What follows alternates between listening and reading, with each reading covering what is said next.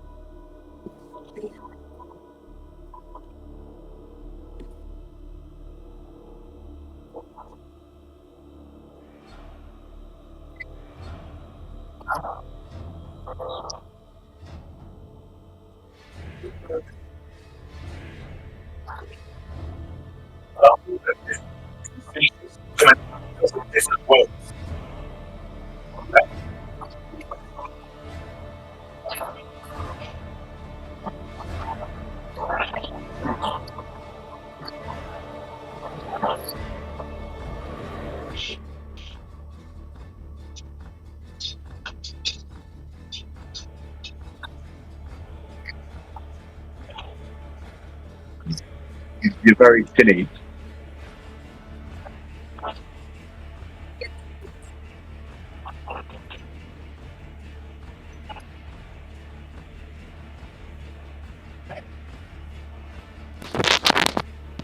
Are you muted? Yeah. Right. Yeah, because I've unmuted my mic.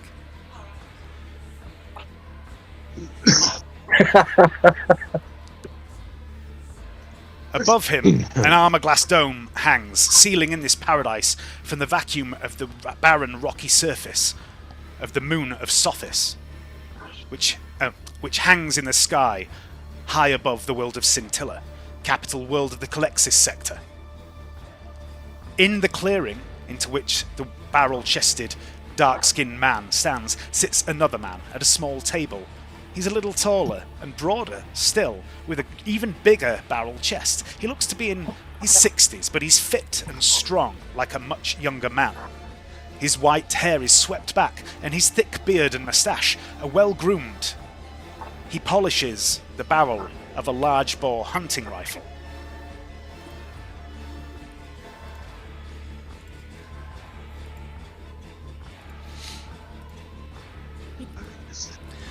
There are the two men on roll 20.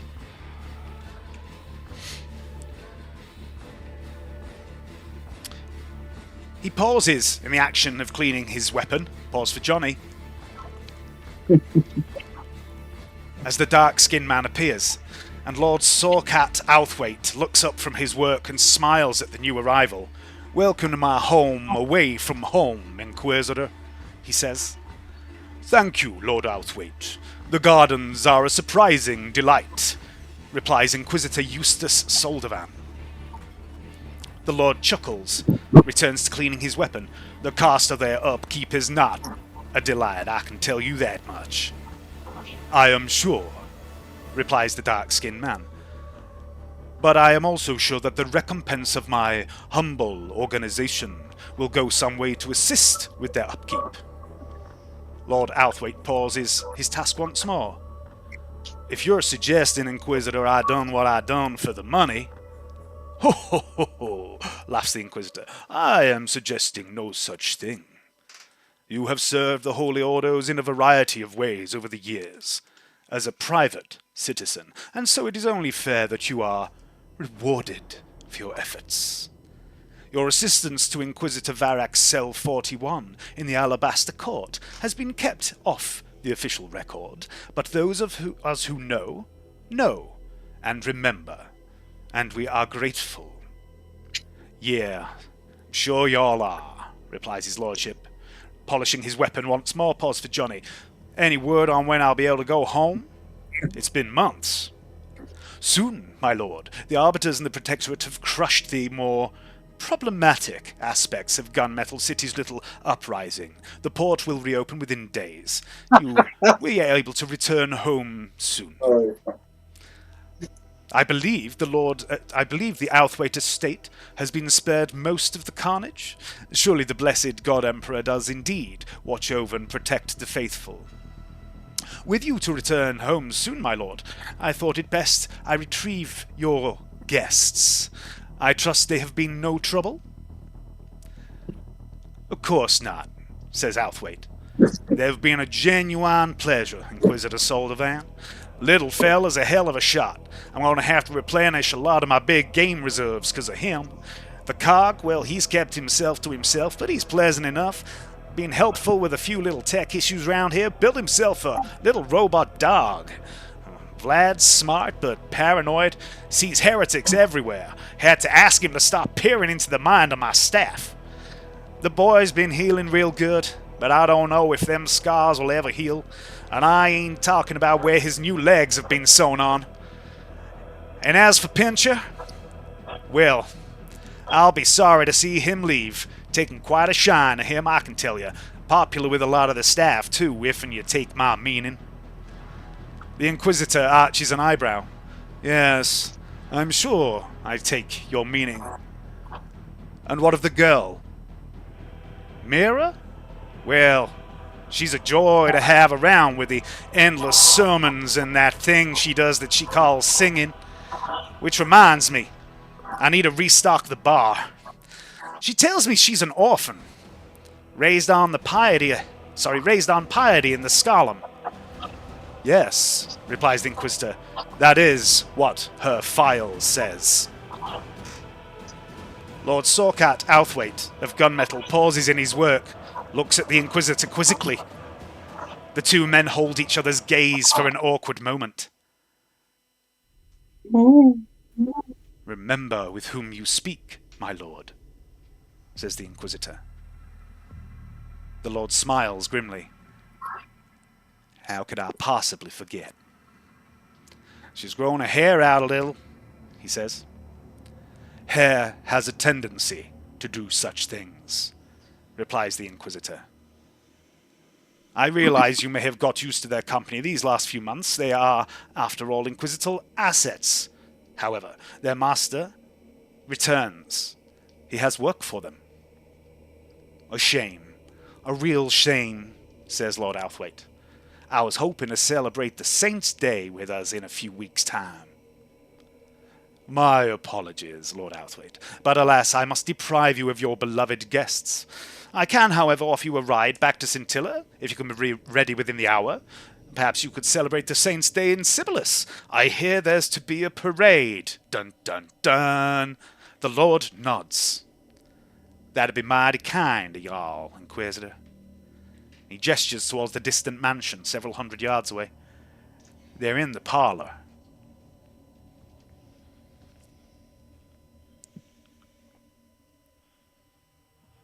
It has been 105 days since the events of Ambulon. Since you brought down the heretical cult, the Joyous Choir, handing their leader, Karos Shoal, over to the Inquisition, travelling to the Walking City, where you found a hidden laboratory, where the narcotic Farcosia was being produced. There you battled Theodosia, architect of all the heresies you have investigated this far. It was Theodosia who tried to invest Hive Sibyllus with orc spores, to be later lured spireward by the Xenotech Black Cylinder. It was Theodosia who funded the experiments of the Chirurgeon, the heretic body modifier lurking in Koskala district. All right. It was Theodosia who was the mastermind behind one of the Chirurgeon's experiments on the world of Iacanthos, the enigmatic Seth the Voice, a psyker whose powers had been enhanced to allow him to hold sway over the Ashleen. And it was Theodosia who funded Silas Malor, a psyker and smuggler who had set into motion the events at the Cathedral of Illumination on that shithole desert world. Malor had planted a black orb beneath the temple. He had unearthed the phylactery of the demon Tissiak, and Tissiak had bent the abbot's skate to his will, luring the seer Aristocrus to his doom as a vessel for the demon, a vessel with the blood of Saint Drusus flowing in his veins. And then, of course, there was the psycho jelly, Farcosia. Theodosia is responsible for so much, and now he is dead. But his augmetic brain is in custody, conveniently, dragged from the collapsing temple by Ishmael Praetor, given over to the Inquisition to be plundered for its secrets, for anything pertaining to the whereabouts and the schemes of Felroth Gelt, the Inquisition's most wanted MacGuffin, most wanted heretic. It has been 105 days since Dericles sacrificed himself to save not only you, but millions of people on Ambulon, far more than he butchered during his time as a mindless slave of Cassan Ilios and his Red Redemption. It is said by some that when we die, the God Emperor will judge us. He will weigh the good we have done against the bad, and he will decide if our souls are fit to join him in eternal repose or be cast into the warp. So what of Dericles' soul? Is his ledger now in the black? It has been 105 days since you emerged from that heretical place. A laboratory hidden within an old church at the rear end of the walking city, a place that seemed to defy physics. Its walls, ceiling and floor comprised of a strange rune-carved black metal, a metal just like the one that comprised the cylinders found in gunmetal and in the fortress of Seth the Voice, and in the orb you found beneath the cathedral on Iacanthos. It has been 105 days since Pincher found the explosive collar he had placed around the neck of a blind man. With that collar was a note that said, "Well played, acolytes, see you soon." And the note was signed F.G. Frederick Goff School, clearly. In the aftermath, you voxed the Tricorn Palace, expecting to contact Obsidian Squad, your allies in the Inquisition. The elite stormtrooper detachment placed at your disposal by Inquisitor Varak, but it was not Sergeant Maddox and his team that arrived. It was a short woman in a black body glove, her long dark hair coiled over one shoulder in a thick braid, and Vlad and Dick recognized this woman. She had caused something of a ruckus in a casino when the two of them skipped out on Sergeant Gallo's funeral service. She was caught cheating at cards. She was a psyker, you realized.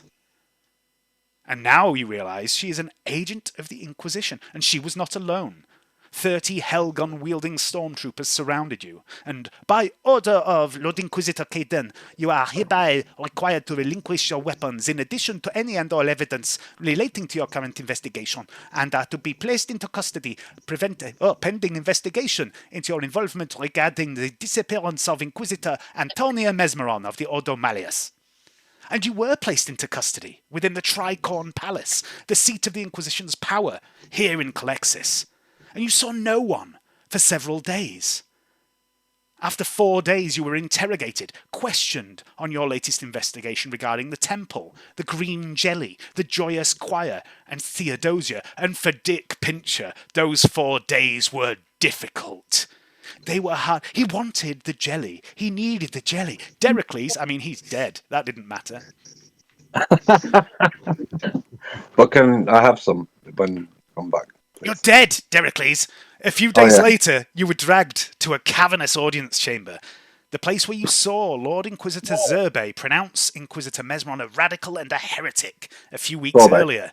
And there, you underwent something of a trial, which consisted of a woman in the armour of an arbiter accusing you of a number of crimes as she addressed a figure in a long, hooded black robe who hid behind a pale, featureless mask. Lord Inquisitor Caden, arguably the most powerful man in this region of space. The woman's name was Skane. She was an Inquisitor of the Hereticus, and she reeled off a list of accusations, aiding and abetting a known heretic, the radical Inquisitor Antonia Mesmeron. She told how Greg Fortis, the man wanted in connection to the smuggling of the cylinder, had been captured by Ramsey and Obsidian Squad, had later been found dead in his cell before he could be interrogated, and the last visitor he received was Vlad. She told you how Mr. Fortis' hometown of Dramar had been destroyed, along with all evidence of the mass production of heretical technology. She blamed this on Inquisitor Mesmeron and provided picked footage of 2 men standing in that district. You recognised one of those men as someone you had seen standing here in this chamber. He was named as Gaius Mortalis, an agent of Mesmeron's. But the other man was unfamiliar to everyone except Dick Pincher, because Dick knew him, and Skane named this man as Lord Siegfried von Morton of Granithor, and provided pics of him and Pincher together, standing on a world that looked like Iacanthos. She then accused you of upsetting the balance of the world of Iacanthos, murdering a representative of the ecclesiarchy and of the Inquisition in the Temple of Illumination, of slaughtering 1 million people on that same world with an orbital strike authorized by Inquisitor Varrak, of unleashing a bioweapon on that world that destroyed the valuable ghost fire crop, of murdering another agent of the Inquisition, someone called the Mourner, who was placed into custody by you and again, like Greg Fortis, found dead after a visit by Vlad.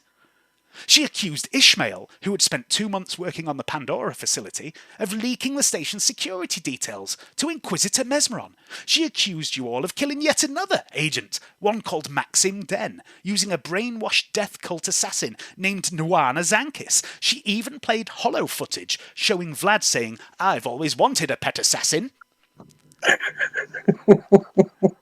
"We could use her to kill our enemies and avoid implicating ourselves," said Dericles on this same hollow footage. She accused Dericles of being an agent of the Serrated Query and revealed Dericles' tattoo upon his back, the symbol of the Serrated Query. No. I mean, it didn't matter at this point because Dericles was dead. She had pictures of it. She accused Mira of using her charms to worm her way into the heart of the demon hunter Amazi, under whom she had studied, and then had stolen from him a part of the name of a captive demon host, which is now missing. She accused Ramsay of being an affront to nature and the God Emperor, claiming that his regiment, the Tolsith 115th, had vanished over a century ago. "Looking real good for your age," she said, Ramsay. And as the evidence mounted up, one thing was clear. You were being framed. Some of the details in the evidence, small pieces here and there, did not line up with the truth. They were adjacent to the truth. There were embellishments, sometimes trivial ones. Oddly trivial facts were different. But Lord Caden agreed you were all guilty. Inquisitor Skane was instructed to carry out your sentence, and she stood behind Vlad with a loaded bolt pistol. And then, salvation. 3 figures entered the chamber: Inquisitor Eustace Soldovan, Interrogator Carlos Midan, and Lord Inquisitor Anton Zerbe. And there was tension between the 2 Lord Inquisitors. Caden and Zerbe debated who had authority here. Lord Caden rules the Inquisition in Calexis, but Lord Zerbe is here by special appointment of the High Lords of Terror themselves. He has special privilege. And he used that privilege to take you into custody himself, after speaking with Lord Caden in private. Skane seemed furious. Inquisitor Soldovan seemed pleased. And Interrogator Medan seemed relieved. 105 days. 98 days ago, you were brought here by Inquisitor Eustace Soldovan, your master's friend and ally. The body of Dericles has been recovered, you hear. Odd, because you searched high and low for it and found no signs. He still lives, Soldovan told you, but only just. And here, on the moon Sothis, in orbit around Scintilla, in the private estate of Lord Sorcat Outhwaite, Dericles has been remade, nursed back to health by the finest surgeons the Inquisition can provide. And you have spent this last 98 days here, at Lord Outhwaite's expense, hunting with his lordship in his vast artificial game reserve, as he promised you would back in the Alabaster Court. You have dined on luxury food and drink, walked in his gardens, relaxed by his decorative pools. Your every need and desire, pause for Johnny, has been provided for. Lord Outhwaite. The magic leg. Lord Outhwaite is a generous host, and his staff are most attentive, as Mr. Pincher has discovered. That's right, Josephine. I'll see you later. You have wanted for nothing in this time. It has been a well-earned break. Inquisitor Soldovan, who brought you here after your mission to shut down the choir, informed you that there was trouble in the Tricorn Palace. Lines were being drawn. There was division in the Inquisition, more than usual. Lord Caden, the head of the Conclave of Calixis, has declared Inquisitor Varrock a rebel after his departure from Scintilla, and a number of Inquisitors of various orders are in agreement. But Varrock has always been favoured by Caden. Some believed he would one day replace him as the de facto leader of the Calexian Conclave, but Varrock's favour has begun to wane of late. Since your master threw in his lot with the Tyrantine Cabal, a splinter of the Inquisition, who are convinced that the words of an ancient prophecy spell doom for the sector. The Hereticus Tenebrae, the prophecy of Comus, the Tyrant Star, or Black Sun. Lord Caden places no stock in the foretellings of witches and madmen, and he has been at odds with Lord Zerbe for some time. And these accusations aimed at you and your master, well, Soldovan tells you, Varrock is a smart man. He leaked a number of pieces of information to his peers, information that painted him and you in a very dark light. And in this information there were subtle differences in each account, from one copy to another. And when the accusations came forward, Soldovan told you, Varrock is able to use those differences of details to pin the source of the threat against him and you, to pinpoint which of his peers is actively trying to shut him down. And now, Soldovan says, Varrock knows who in the Tyrantine Cabal is his enemy. Because Globus Varrock is no heretic, Soldovan says. He is pious and as loyal as they come, and quite likely to be the next Lord Inquisitor, should the current Lord Caden ever shuffle off his mortal coil. But without Varrock's power and protection, you were vulnerable in the palace, and so Soldovan has brought you here, to this beautiful estate, to a noble you befriended in your time in high society, a native of gunmetal, displaced while the current issues there are resolved. And here you have laid low and enjoyed a life of luxury and plenty. Here in the private retreat of Lord Sorkat Althwaite, you have had a lovely time. And now, standing before you, broad-shouldered, dark-skinned man carrying a brain in a jar, Inquisitor Soldovan says to you, "My apologies, but playtime is over. Your master has returned to the Tricorn and spent the last few days clearing your name and his, setting things straight. Interrogator Berger, the woman who arrested you, is like a dog with a bone.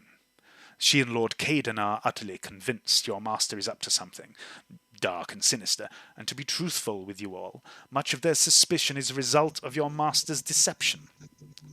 While I trust Inquisitor Varrock with all my heart, he does have his secrets, and is not forthcoming with explanations for his actions, and this does not help in the current situation. I do not know what Varrock has told Lord Caden since his return, but I do know the Lord Inquisitor and his dog have stood down from their hounding of your master, and now he wishes to see you, to congratulate you, and I believe he has a new task for you. He has sent me to bring you home. He would have come himself, but he is forbidden once more from leaving Scintilla, and this time he has chosen to respect Lord Inquisitor Caden's commands." He peers at you all expectantly. Good news. It is. I must say, Pincher, your accent has become most refined during the last 3 months.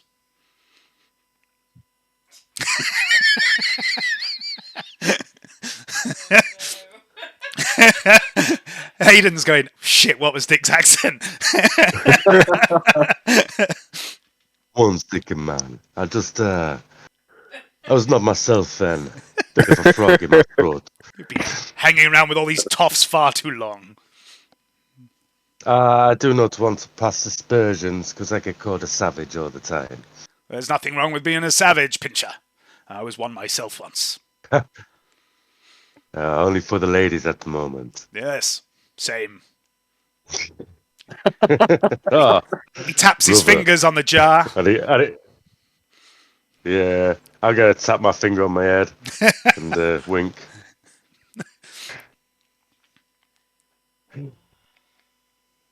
Like everyone, please to make a perception check, an awareness check. Sorry, wrong game. Who am I playing? You're Dericles. You are there. You are alive again now. All right. Okay. You've been given some new legs and new organs. They're not augmetic. They are like flesh and blood grown from your own cells. Cool. They're very expensive. What about the legs? What can you tell me about his legs? Are they They're very good legs. They're very good quality flesh legs. flesh legs? I like. Yeah, good quality flesh they legs. both come equipped with knees and ankles and toes. Knees and Are they toes. shaved? Are they shaved or unshaved? That is entirely up to you. It's been several months, so if they were shaved at one point, it might have grown back. Mira, by the way, Mira's grown her hair out. You know, she was always this big, tall, black woman with a shaved head. Mira's hair is maybe 1.5 inches long, and she has dyed it white, pure white. And I asked Leanne what the style of her hair would be. No, she's like a sister of battle who has recently started growing her hair. Right at the top. There, look. Okay. Awareness. She literally looks like Dick's sister Click now on because the it's black roll and there, white hair, isn't he? Yeah, Leanne was asked what style Mira's hair has been shaped into, and what did you tell me you wanted your hair to look like, Leanne?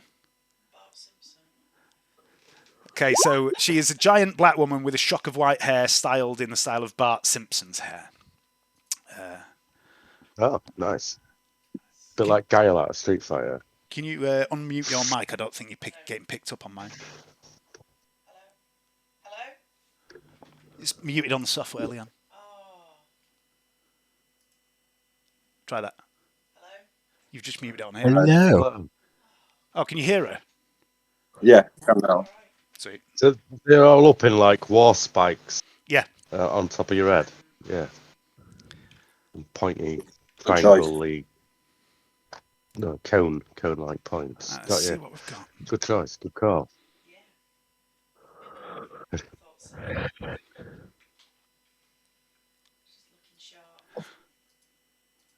Mira. So you kind of Nick Dick's look, aren't you? You know, with his white hair, dark skin. It's like Dick's sister. We spent too much time around him. We just started to dye your hair the same.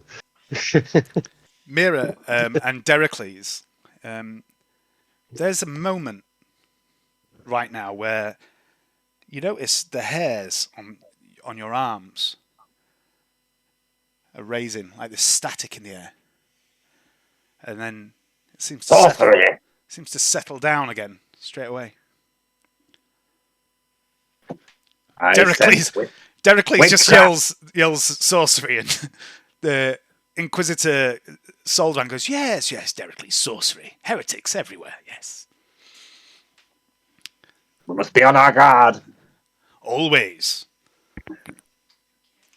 Too much frivolity here. Not enough purging. Illuminating, Dericles, illuminating. Oh, but I wish I could, Inquisitor. You know I do. I'm sure your master has plenty of purging and illuminating for you to do in the days to come. I'm sure that this won't just be a single day in the life of you brave acolytes that'll dissipate and peter away into nothing. Let's hope not. Let's have to thank you, Soldavan, man. And you, and Arsway too. Just for making us feel so welcome here and for this time of respite in this lovely place. Thank you very much. Lord Althwaite says, well, you're most welcome, Pincho, and you're always going to be welcome in my home, all of y'all. You're a fine bunch of people, and it's a pleasure to once again serve the Holy Ordos. May I thank you for the new legs? It'd be hard to chase down heretics without them. Well, to be fair, you can thank the Inquisitor for most of that. He paid for it. My private surgeon did most of the work, however. He just shuffles his robes, sort of, and reveals a tiny bit of an unshaven leg. Blasphemy! I do apologise. I shall scourge myself later. Okay, after gathering your belongings, Inquisitor Soldavan leads you back through the gardens once more into a more utilitarian section of Lord Outhwaite's estate. And there, in a brightly lit shuttle bay, you see a sight that you have seen before. And it is this large slab-sided gun cutter that stands squatting like a vast, chunky bird of prey. The loading ramp beneath the prow stands open, revealing the dimly lit cargo bay within, and there is an armoured ground car inside. Soldavan gestures for you to follow him inside, and there are 3 sets of doors set in the far wall and a set of stairs leading up a level. And he points to the middle of the 3 doors and addresses you, Ishmael, and says, I believe there is a charging point in there suitable for your companion, should you require it. Ishmael, during your 3 months, you have rebuilt Dog. Dog is currently in his crate. Dog 2. This is Dog version 2, yeah. Could I ask something about my progress, which kind of affects the way I play? Has Vlad managed to teach me any bit of reading between the time of being off for all I'm this sure we time? can have had a little bit of reading, yeah. Because, I mean, I'm sure you would have been doing a little bit of reading in this time. I would have to definitely be able to read the pricing on a gun magazine. Yep.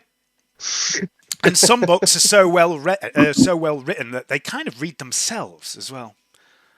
Thank you. Do I have my weapons? Yeah, everyone's fully equipped with whatever weapons and armour they want to have on. We'll get to that in a moment anyway. Soldavan leads you up the stairs into the gun-cutter's main deck. He says to you, the personal effects taken from you during your arrest or those left behind in your quarters in the Tricorn have been moved into the cabins aboard this vessel. I'm going to just place you onto a little map here. This is a little toy that I had prepared for you that we never got to use much of. This is the gun cutter, which you can explore. Each of you has a room. Each of you has something shiny in that room. For example... Oops. So, Vlad, you've got the cabin at the front, which has a very high-powered cogitator that can be used for a variety of things and research and stuff. Dericles has a little shrine to St. Drusus in his room, and a few religious books he can ponder, so when you're not out doing missions, you can read stuff. Sister Mira has an apothecary station. Ishmael has a little miniature workstation. Dick has a table with a couple of pistols and a colouring book on it.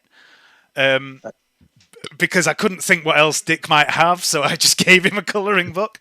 And Ramsey has a weapon. Is it a naughty colouring book? No, it's everyone knows about the famous Teach Your Kids to Read book in 40k called A is for Astartes. It's that, but in colouring book form. And Ramsey has a little weapon maintenance station here where he can apply modifications to his weapons, clean them, tidy them, things like that. In the back of the ship, there are also 4 warded cells for heretic storage. There is a kitchen and living space for Ramsey to do a little cooking. There's also a full medical suite for Mira to use if you need it. And it also has a servitor pilot, should you need it. But, of course, Ramsey is also a very capable pilot himself. As you board this vessel, Soldavan says, "You must have impressed your master greatly for him to give you this ship. Or perhaps he simply might believe you need its considerable firepower wherever you are going." Perhaps it's an insurance job in the making. Seems like the most likely outcome. As he leads you onto the main deck into the living area where this little kitchen is, there is a familiar figure seated in the corner. His usual dark leather duster is folded up on the table before him, along with his wide-brimmed hat. And he sits with his feet up on the table, smoking this fat cigar. He gives you all a nod in greetings. His shirt sleeves are rolled up, revealing intricate electus on his arms, which Dick, you now recognise as tattoos of the Infernus gangs of Gunmetal City. And Interrogator Medan says to you, fine day to y'all. Good day, man. Have you said your prayers today, madame? Well met. Every day, brother Dericles. He gives you a And wink. I like the sign of the Aquila. As I thought as much. He I kind could of see the sign of the Emperor upon you. He kind of returns the sign of the Aquila, but it's a little bit half-assed. It's kind of like, whatever, you know. And win them all.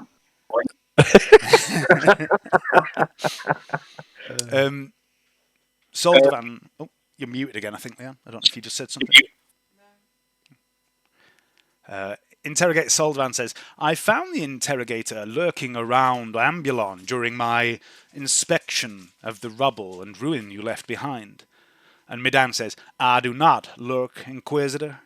I skulk, and I do it real well. He gets out from behind the table and heads towards the cockpit. I'll get us airborne. Hate to keep the old man waiting. Soon, the gun cutter lifts off, and you're up, rising into the sky of Sothis. Medan angles the cutter towards the distant orb of Scintilla. You have several hours aboard this gun cutter. You can move about. I think you can all see the map. You can move about. I wouldn't recommend trying to open any of the locked doors. They're locked for a very good reason, which is that outside them is the vacuum of space. Nice. There is also a lower deck and an upper deck. The upper deck is it's basically a miniature chapel / observation deck, complete with stained glass armor glass windows. Should anyone require a little prayer here and there. But you've got several hours, so we'll go through each of you and tell me what you want to be doing during your several hours. Mira. You're muted, by the way, darling. I don't think I am. I can see you are. Your mute button's on. Oh, right. I can hear her. Yeah, she's coming through. Is she? Yeah. All right. Yeah. Oh, you muted She on unmuted mine. herself a while ago, Dave, and That's yeah, we hear a little bit of Gosh, I don't know what I'm crossover doing. between the two of you. That's all right. But not too much. Neither do I, Leanne, don't worry. I think Mary's just going to be staring out a window and occasionally twitching. Because she's going a little mad, you see. Which window? There's a couple in the sides of the ship. There's the cockpit. There's also the chapel. Oh. With the... Oh, she's not praying right now. Is there any sensation in these prosthetic legs? Say again, sorry. Is there any sensation in these prosthetic legs? Yeah, they feel like real legs. Okay. Hang on, I can't see this. You can. I'm going to go to the chapel and kneel on the hard steel. Because I was going to complain if I wasn't able to feel the cold hard steel on my knees as I pray to the God Emperor. And clean the eviscerator with holy oils and shit. Okay. So you can open that door if you want to explore. Oh, right. But if you want moving to the chapel, I can put you there.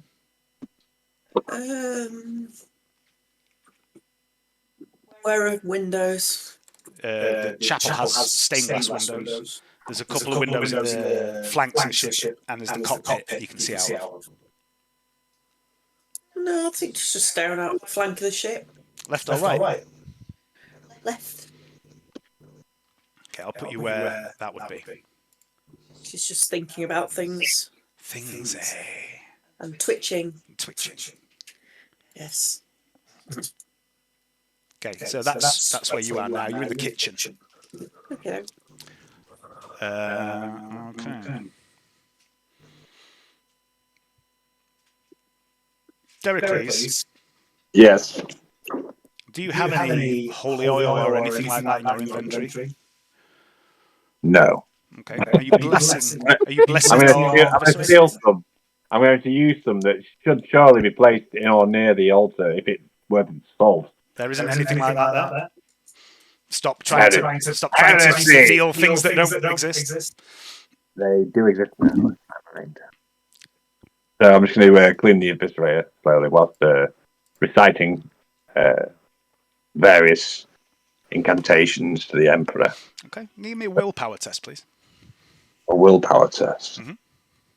God, how dare you make me roll dice on the computer?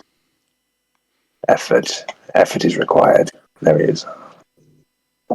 Okay, a willpower test. VP test. Submit.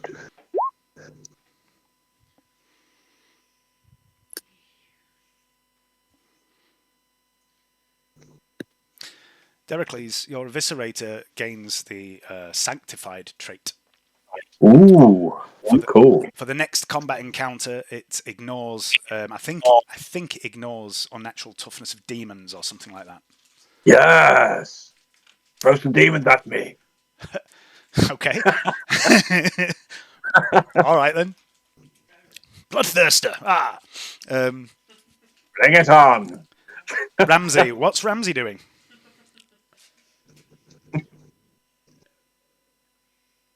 You're muted, James. Not muted. What? No. I think people are muting automatically on my Discord for some reason. There we go. Sorry, James. I'm going to swap like silencers from my Slimline Fatebringer. Now I can't hear him. Now on the normal one. So silencer onto the Fatebringer. Ironic. I haven't done anything. Ironic. I couldn't hear him. Just I disconnect couldn't and hear him. I reconnect. just rejoined. Yeah. It Hello. was ironic after I told him that he Hello, wasn't hello. muted, I stopped hearing Yeah. you. The red button. Just quite up. Just reconnect. Ironic. Right. So yeah, that won't take very long. This is going to be 7 or 8 hours journey. So if there's anything else you want to do, you could also, if you wanted, assist Midan with piloting.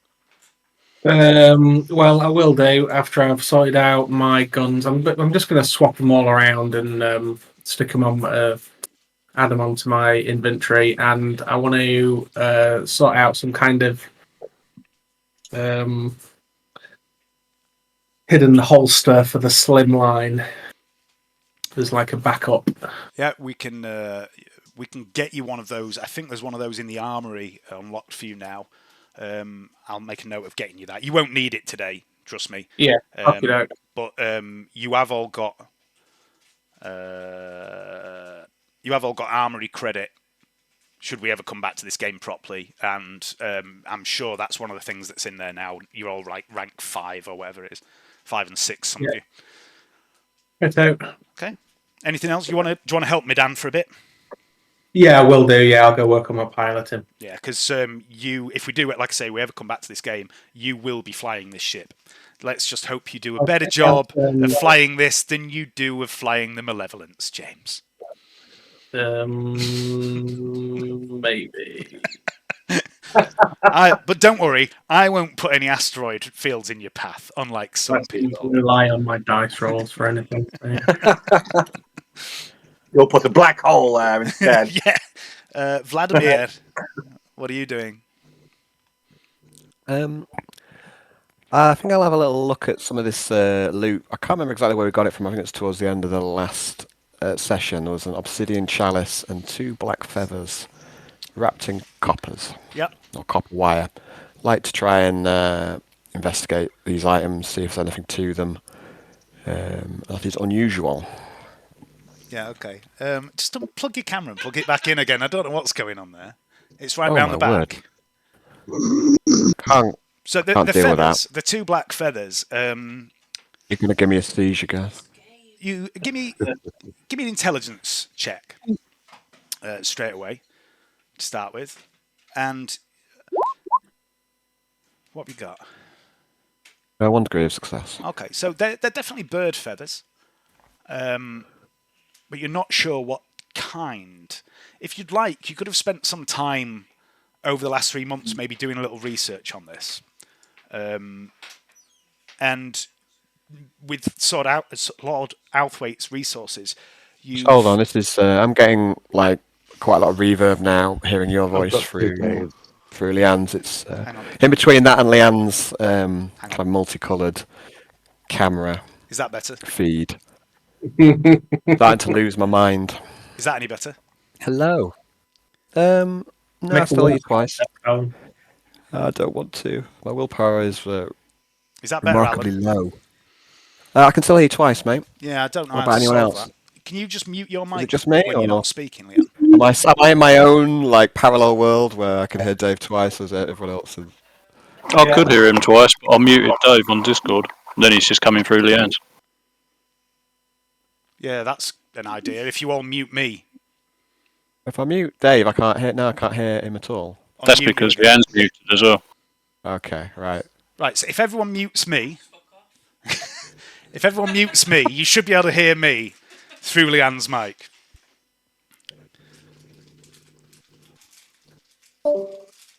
Right.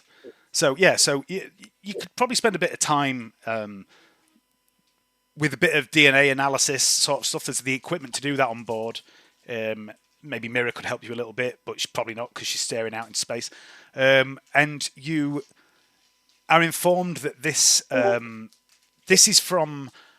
feathers are from a species of bird that it is believed were once native to Terra, but are now extinct on Terra, but do exist on a number of pleasure worlds around the galaxy. Very wealthy places where the rich and the privileged go to live.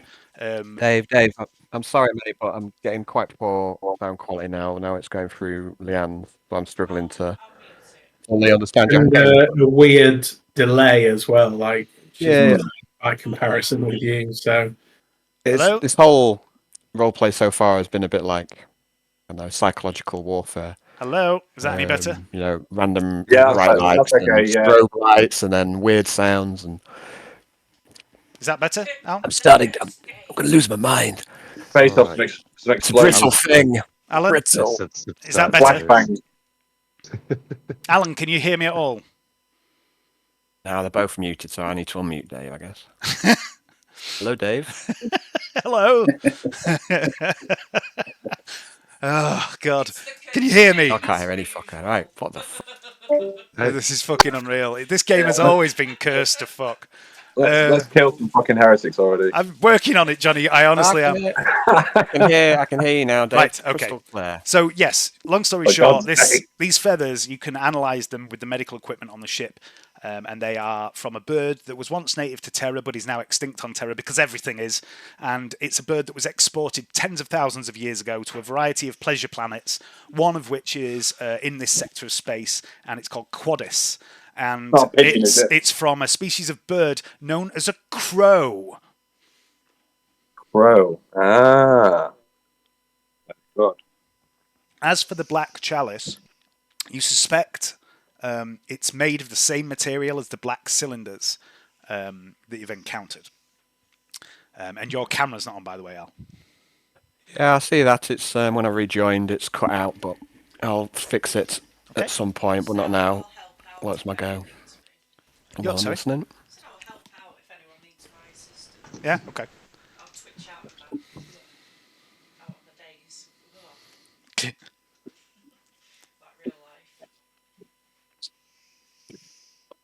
All right, so that's probably going to take up most of your time, Al, figuring out that the feathers are from this bird.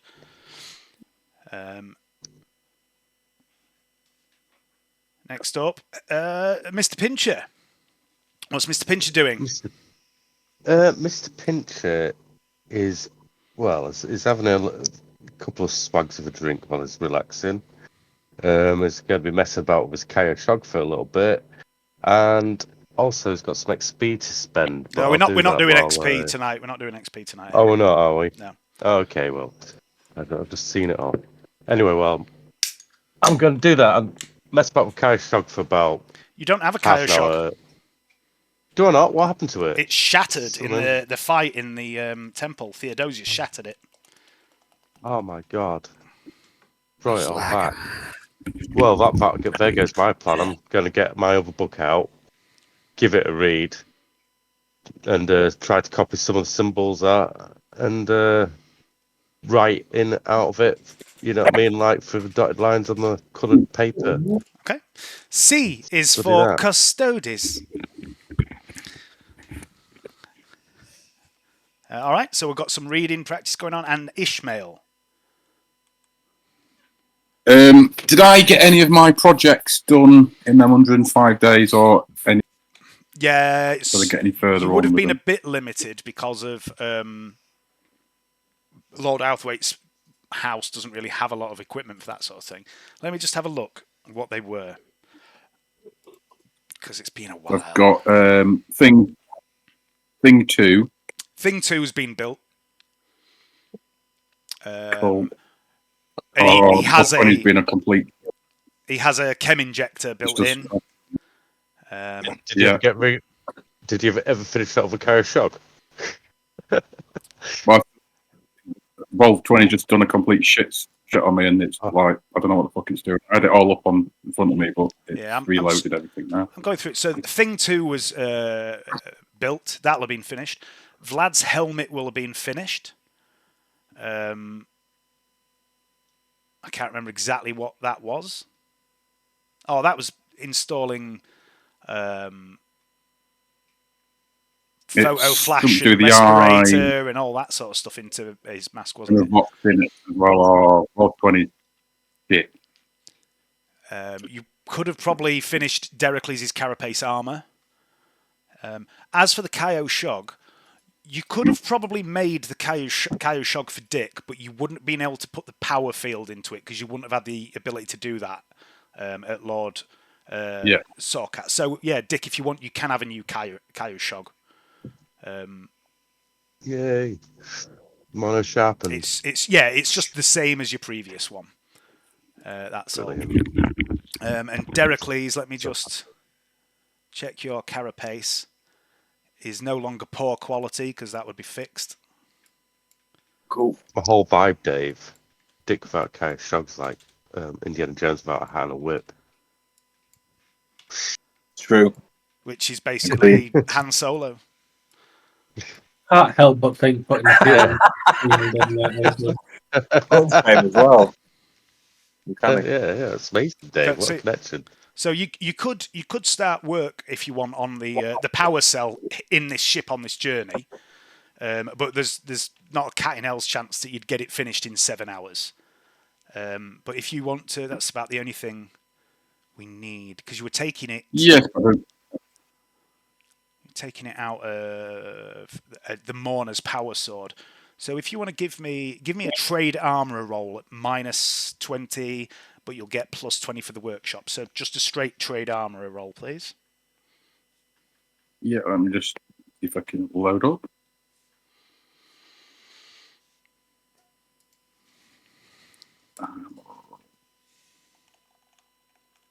Straight armor roll, so straight. No modifiers. No. Yeah, there is a +20, but there's also a -20. So it's just +0. Yeah. Sweet. So you've got a good sort of solid, probably 6 to 7 hours work on removing the power cell from the Mourner's power sword. It's another couple of hours, and you'll be able to start adding it to Dick's Kyo Shog. Okay, so that's that done. Thanks, Ed. It's early morning as the gun cutter punches through the clouds of Scintilla, rather.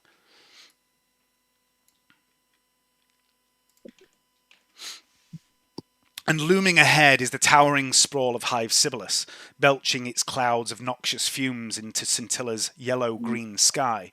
The vast tower of the Lucid Palace, rising out of the sea by which the city squats. The purple-black peak of Bastion Porphyr, tallest spire in the city, and home to the Astropathic Choir. And the looming trio of towers at the northern end of the city's sprawl, almost as tall as Bastion Porphyr. the Tricorn Palace. Medan angles the gun cutter towards this foreboding edifice, and within 10 minutes the ship is down, settled on one of the many landing pads that ring the Tower Hereticus. Interrogator, begins Soldavan. Would you be so kind as to give his lordship a ride back to Gunmetal? Sure thing, Inquisitor, says Medan. I'll see y'all later. Leaving Medan and Lord Outhwaite behind, Soldavan leads you to a heavy iron gate that creaks open, revealing the grandeur of the palace. A chill wind blows, seeming to whisper ancient secrets. Stepping across the threshold, you enter a realm where shadows dance ominously along the walls, and the air itself holds a palpable weight of authority and dread. The halls of the Tricorn Palace stretch like a labyrinth of forgotten lore, their stone walls adorned with grotesque sculptures, elaborate tapestries depicting scenes of conquest and subjugation. Torches flicker dimly, casting long shadows that seem to reach out like grasping claws, as if warning intruders of the peril that awaits them. As you are deep in the heart of the palace, the atmosphere grows increasingly oppressive, the air thick with the scent of incense and musty tomes, while the distant echoes of whispered conversations and the occasional clang of armoured footsteps reverberate through the corridors. Occasionally you pass by armoured sentinels standing silent vigil, their eyes hidden behind impassive masks of steel, crusaders sworn to defend the palace. Their presence serves as a stark reminder of the power and authority of the Inquisition, whose influence looms large over every corner of this palace and beyond. And at last, you reach the inner sanctum of Inquisitor Globus Verac, a chamber shrouded in darkness, save for the eerie glow of arcane sigils etched into the walls, a few candles here and there, and a crackling open fire which warms the chamber. And here, amid the towering stacks of ancient scrolls and forbidden relics, sits your master. The Inquisitor Globus Verac, his corpulent, augmented frame wedged in behind a desk of dark, exotic wood, and he is not alone. To Varric's left stands a tall, lithe woman in a black body glove. Her head is shaved bald, save for the long ponytail that hangs down her back. Her face is painted white, save for the dark eyeshadow, which gives her a skull-like appearance. Upon her back is a long, gently curving blade. To Varric's right stands the hulking Ogrin, Gron, dressed in an oversized armoured military uniform, complete with golden epaulettes and a peaked cap. He wields a huge club in one hand and a shield that appears to have been made out of the rear door of a Chimera APC. Gron's augmetics, wedged into the side of his head, twinkle as he watches you arrive with unusual intellect for a creature of his stature. He's got an intelligence in the 20s, I think. Varric's own augmetics wheeze and whir as he adjusts his massive form, a faint smile on his bloated lips. Ah, my acolytes, at last. Another figure stands with her back to you, facing the Inquisitor as you enter, and she turns to face you now. And you see the petite form of Interrogator Claudette Berger, the woman who arrested you 105 days ago, and she looks annoyed. She's armoured in a carapace vest and armed with a power blade and a hefty-looking bolt pistol. Her face is marked with a number of what appear to be fresh wounds. Come in, says the Inquisitor.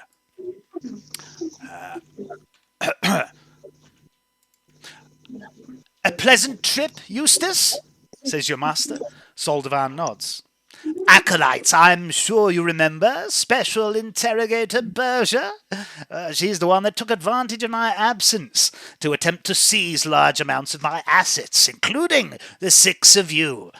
She'd like to apologize. Wouldn't you, Special Interrogator Berger? No, don't apologize. The pleasure was all mine. She inclines her head a little. She remembering the hot pokers and stuff, it was just like, oh. She makes something of a face as she inclines her head down. She doesn't seem to want to look Mira in the eyes. And her face takes on a look of someone who's just been forced to taste a rather bitter fruit. She wants to kill us all. And she says, I formally apologize for the mistake in placing you under arrest. At the time, certain evidence was presented that made it look like... Inquisitor Varak butts in and says, certain evidence that any good interrogator would have seen was fake. And he smiles, pleased with himself. Interrogator Berger closes her eyes and takes a deep breath. It appears my zeal has clouded my judgment. I hope there are no hard feelings, and should you ever require my assistance in any way, I am in your debt. And you can see from this woman's pained expression that it's not easy for her to apologize or to admit that she was wrong. And she raises her head and she looks one after the other, each of you in turn.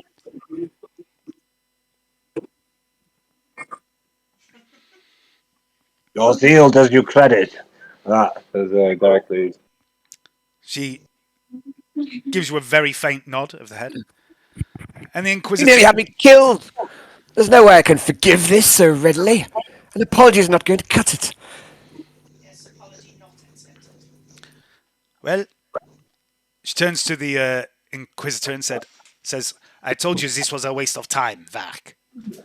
And Varak goes, Inquisitor Varak, thank you, Interrogator. Do pop by again if there's anything we can help you with your investigation. It's okay. She was just doing her job. That's what the Nazis said, Hayden! Yes, I would do my job too. Just following orders, was she? Whose orders? Whose orders? Yeah. Just some orders. Wow, her own orders. She bows. Yeah, that's... She makes the sign of the Inquisitor. You might notice that she was referred to as Special Interrogator. And she leaves. Very special. She leaves, never to be seen again until the Ronin group start playing Dark Heresy. And out she strides.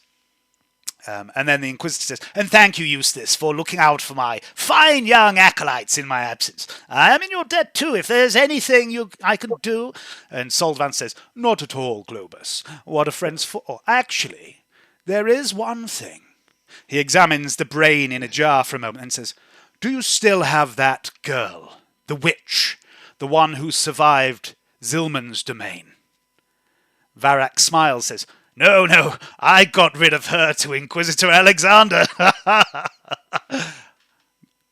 Soldavan smirks and says, oh, Globus, that is most mischievous of you. I know! I gave him all my very best psychopaths, weirdos and freaks. I'm sure he's getting on brilliantly with all of them. Inquisitor Soldavan smiles again. I expect he's got a full-on mutiny on his hands by now, he says. I shall leave you and your young friends to talk. Dinner later this evening? Of course. Wouldn't miss it for the world. La Charpe Elegante, wasn't it? Yes, says Zoldavan. I hear they do the most exquisite Rashur soup. Somewhere far from here, a shiver runs down the spine of Lord Siegfried von Morton.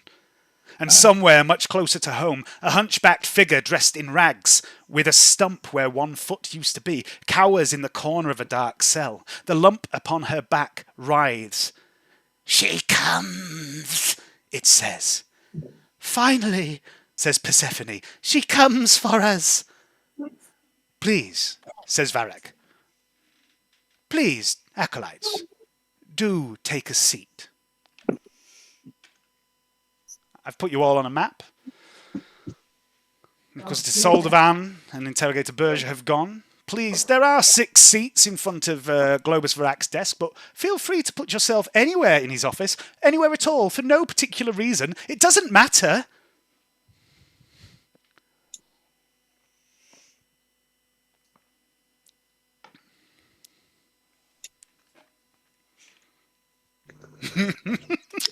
You're in the toilet. That's a store cupboard. Mira's still twitching and shaking from her experiences. She's just like. Dave, I can't see it on my screen. You can't I can see like the name. I can see the names. There you go. How's that? Hang on a second. Ramsey can't either. There you go. If you're not on full wounds, by the way, please put yourself on full wounds. This bowl thing's amazing. Hayden's having a bowl.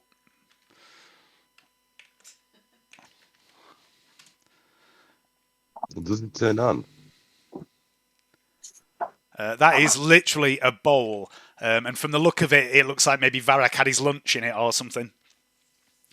What? It's not a crystal ball. No, it's just a bowl with a knife and fork next to it. It's his dinner table. It's a very plush office, this. It's lovely. This is only the second time you've ever been in here. I just stand on his desk, can I mean, you could, but he's likely to tell you to get off. It's antique, like imported wood. He's not going to want you in your high-heeled armoured boots. He's not gone that far. Not yet. Make yourself at home, Dick. Somebody carve the name into the table, please. Somebody. Okay, so that's, by the way, Dericles, in the middle of the room is a large globe, and it is a map of Scintilla, the world you're on. So it's like is it a hologram or is it a physical? No, it's physical. It's really well made. It looks like it might be an antique or something. Cool. Is it 3D? Does it have like a... It's proper globe. It's all spinny and stuff. It's Cool. not got any like 3D to the surface. It's hand painted from the look of it. Ah, right, okay. Missed the trick there. Okay, so you're all sat round the fire. Vlad is being attentive to his master. Dericles is examining the globe. Is everyone happy with where they are? Mm-hmm. Whole world of heretics just waiting for the Emperor's mercy, he says to himself. There is on the table, around the dining table, and also on his own desk, a flask of Amasec and several crystal glasses. And he says, please help yourself to a drink. He gestures to you, Vlad, to take some from the decanter in front of him, if you'd like. Intoxicants are weakness to the mind. Corrosive, Inquisitor. Yes, of course. Still, never hurts to have a tipple once in a while. Would you prefer some cloyne juice? Water shall suffice. Gonna take some, drink some water. Water? Do you think I'm a billionaire? I mean, I am. Yeah, just some water will do. Oh, excellent. He actually does have a flask of water on his desk, and he pours you a glass. He offers you one as well, Vlad. I am fully hydrated, my Lord Inquisitor. And for you, Sister Mira? Oh, go on then. The Amasec? Why, yes. He Did I just hear you say Amasec? He pours you. I'll walk over with the sound of Amasec. Okay. I hope you get opportunity to use that line in real life. Like, that's just fucking amazing. I'm fully hydrated. No, thank you. He pours you a shot of Amasec, Mira, Dick as well. Are you sipping it or are you knocking it back? I'll salute the Inquisitor in Camford style. With your dick out. Drink it, but not ask to conceal a bond afterwards, though. You know that. Yeah, that would be weird. I'm not sure if it's the right drinking buddy to do that with. No, he's definitely not. Are you knocking it back, Hayden, or are you just sipping it? I'm gonna do it in two swags, but not straight away. I'll swag the first half, hold it for half the conversation, then swag the second half. Okay, you tell me when you're having the second half. Okay. Anyone else helping themselves to a drink or anything? Yeah, water for Ramsey. Okay. Water to sipping. All right. Yeah. Give me some sipping water. WD-40 for me. Yeah. All right. Mira, can you give me a Carouse test, please, at plus 30? Yeah. You're knocking it back. It's quite strong. I'm feeling a little bit like outdone by Mira here. My sister with the same hair. I mean, to be fair, Mira has been a hard drinker since the start of the campaign. I know. I'm going to look at mine and she's had a knock traumatic life. Mira and knock it back and then make my roll as well, eh? Plus 30, Liam. Plus 30, you said. Yeah. Yep. Yep. It's been a while, it's alright. Yes! Mira, it's a beautiful, warm, rich, velvety smooth Amasek. And it's strong, but you know, so is your constitution. And so is yours, Pincher, which is great because that means neither of you go into the next section of the game with a -10 to all stats.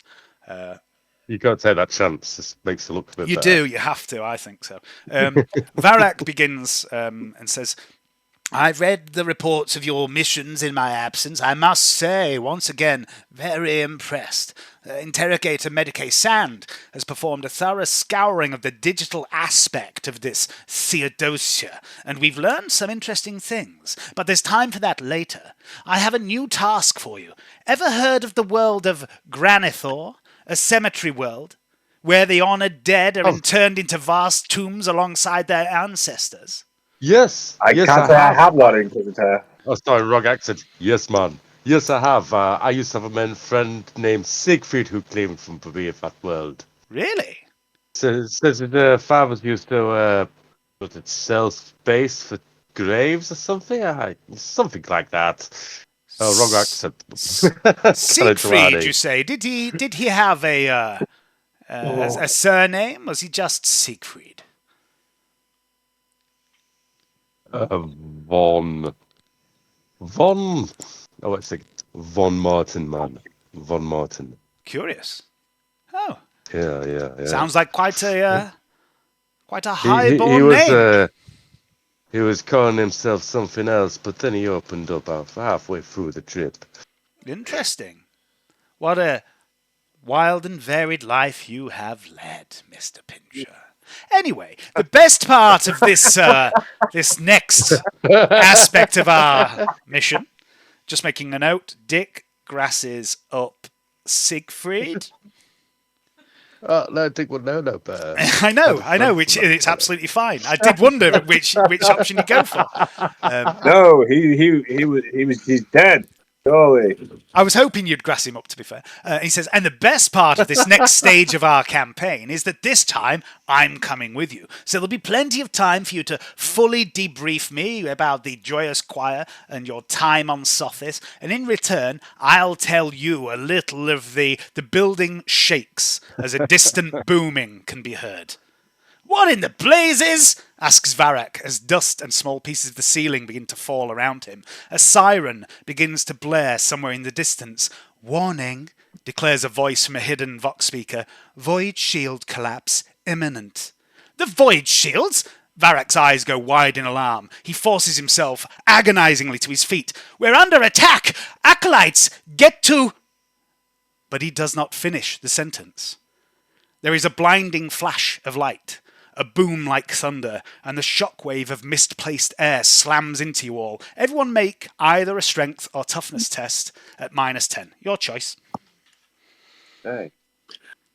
Ramsey will do strength, and he will add 1 to add +10, so it's a straight test. I'll go toughness. You say -10, Dave? Yep. Just click on strength or toughness, whichever you want, and then it'll go back to roll 20 and put the -10 in the little box. That'll do. Oh no. Dedicles. Fate point. Okay, so that's... Do you have any fate points? I No. don't know if Dericles does or not, to be honest. I wouldn't be surprised. One, I accidentally forgot to delete them. Still I'm sure you had one left. Yeah. Okay, so... Oops. If it's really bad, I'll have to burn it. I'll have to burn it to save us all. It's not really bad. It's not really bad. Don't worry. Right. Okay, so Brownie, 1 degree of failure. Ramsey, Vlad, 1 degree of failure. Dericles, 6, which is 3+. Mira, 4, which is 3+. Ishmael, what the shit has gone on there? I've no idea, Dave. I put -10 in, and it's done that. Your toughness Do I is need to do it 50, again? 52. That's because your toughness is 50 on every part of your body except one of your arms, which is 52. But you've got 41. You were trying to get under 40. So you're just a fail. Okay, yeah. I could work that out. It made no. Where's Pincher? Has Pincher passed? He has, hasn't he? And Gron has. Yeah. Okay, sweet. No, it's Pincher. So, the effects of that. Those of you that have failed, which is Ishmael. The shockwave, no, you've failed hard, Dericles. There's a difference. Oh, right, okay. The shockwave slams into you, Ishmael, knocking you off your feet. So you start what's about to happen prone. Ramsey and Vlad, you are prone. You are also stunned for the first round of what's about to happen. Dericles, you are dead. When your legs falls off. Dericles and Mira, you are stunned, prone, and you also both take... Not if I burn a fate point. 7. I mean, you can if you want, but it'd be a bit of a waste. 7. I'm going to. Yeah, okay, so you automatically pass that test then. Fate points for a frivolity I can't afford. Mira, unless you burn a fate point as well, you will take some damage. I think you've got 3, haven't you? It's permanent use of the fate point. Yeah? Is that what you want to do? Yep. Remove your fate point off your character sheet. No fate, but what do we make? Dericles, can you remove your fate point? Already done. Burn a fate point. I feel better for not having To be fate. fair, right, you have done some really well-timed burnings of fate points. So, will this be another one? Or will I just butcher you turn 1? Who knows? Okay, you're going to take the damage. So it's 7 minus your toughness bonus, which I think is 3. So you take 4 wounds.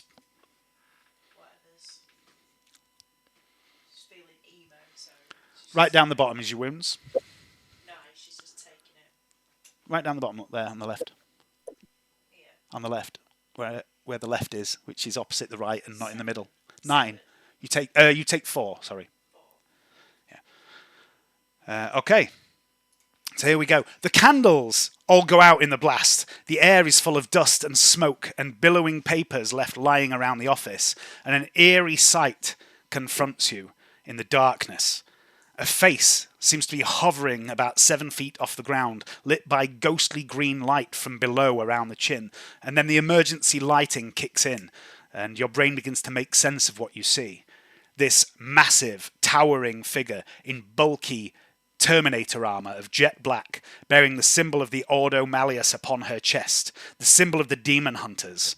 The face, lit by the soft glow of the armor's inner light, is coldly beautiful, but pinched and taut, as though it has perhaps been subjected to one too many rejuve treatments of late. Her long blonde hair is pulled back in a tight bun. In one hand, she holds a 6-inch long cylinder of brass and steel. Melina, the bodyguard, reacts lightning fast. Her sword is already unsheathed and swinging at the intruder's head, but the new arrival is faster. She lashes out, grabbing Melina's sword arm, snapping the forearm with a flick of her wrist, and she hauls Melina off the ground, swinging her round like a club and bashing her head into the wall. Melina's skull crunches into the stonework in a spray of blood and bone and brain. "Antonia!" gasps Varric. "Hello, Globus," says Inquisitor Antonia Mesmeron, the woman you saw accused of heresy several months earlier. She slams the cylinder into Varrac's side, causing your master to scream in pain. "Begin recall cycle," she says, then levels the blade in her free hand at each of you. And moments ago, this blade wasn't there, but now it is. And it's a massive thing that seems to be wreathed in flickering fire. And the hilt is like a screaming beast's face. And she sweeps the blade in front of you all and says, "Stand down. I have no quarrel with you, but I will have words with your master. And if you get in my way, I will end you." And I would like everyone to roll initiative, please. Which you do by, to remind you all, selecting your token on the map and then clicking the initiative button on your character sheet. Let me remove dead Melina, because she's dead and of no use to us now. Uh-oh. Plot armor's gone. Select your token, and then on your character sheet,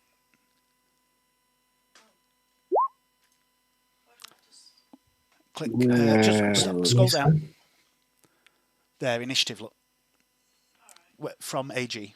Click that. Some good rolls.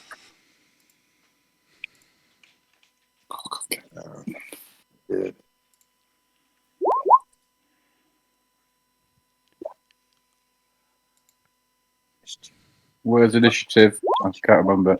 I found it. Sorry.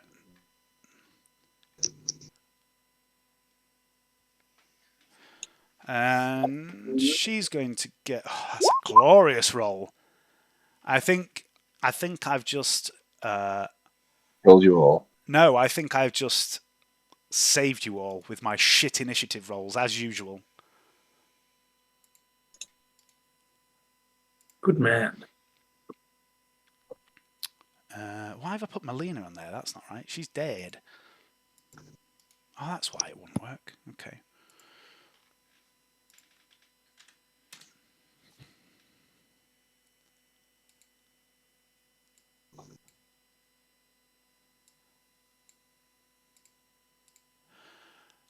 Who's got the highest agility out of Ramsey and Dick?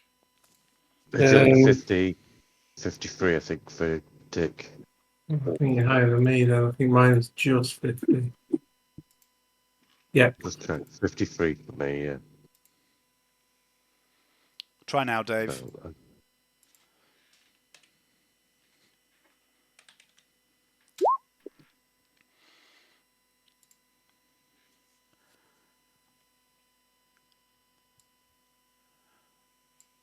Okay, that's our initiative order, I think.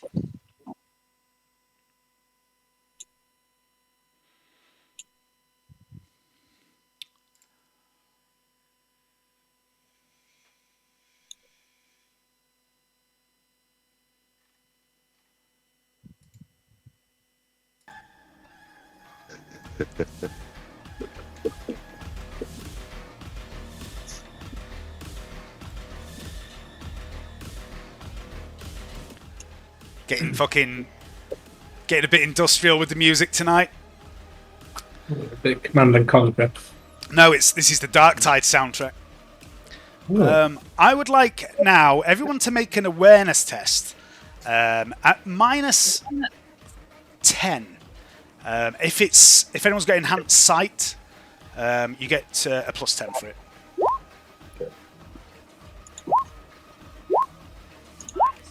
Yeah.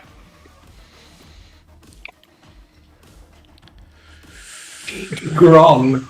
Get in. You read my mind. Target 4. When? Target for fate. You recognise Oh, she's forgot about it. I've got a helmet on. No, she hasn't. She does have a helmet clipped to a belt, but she doesn't have a helmet on. Because this is 40k, and everyone knows nobody of importance wears a helmet in 40k. Ramsey on the fucking big 3. Okay. That's 10.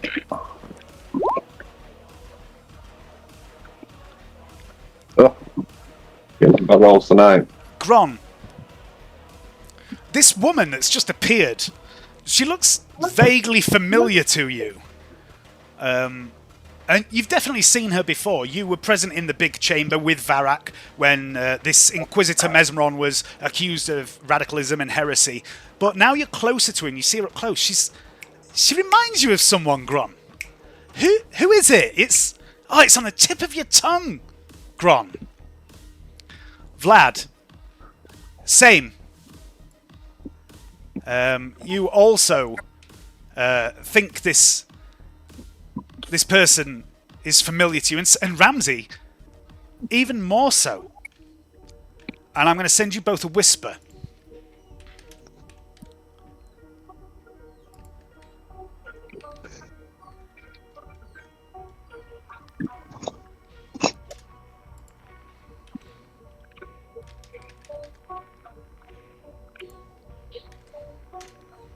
There you go.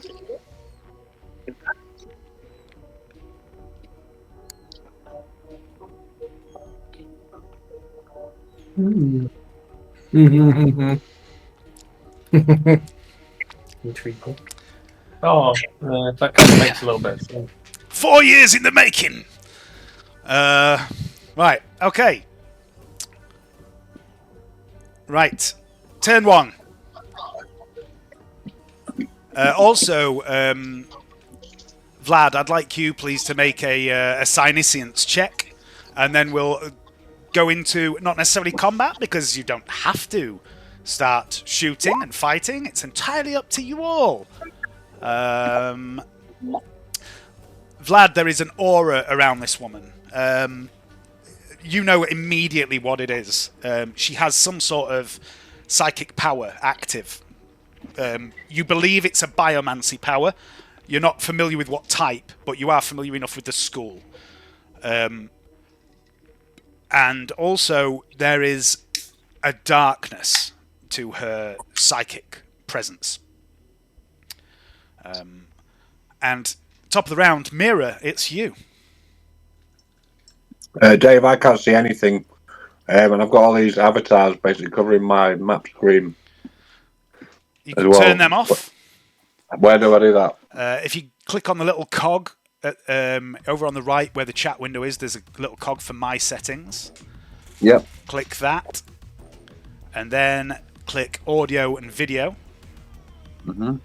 And then click video. Okay. And then it says player video / avatar size, and you can click in the little box and change it to names only. Okay.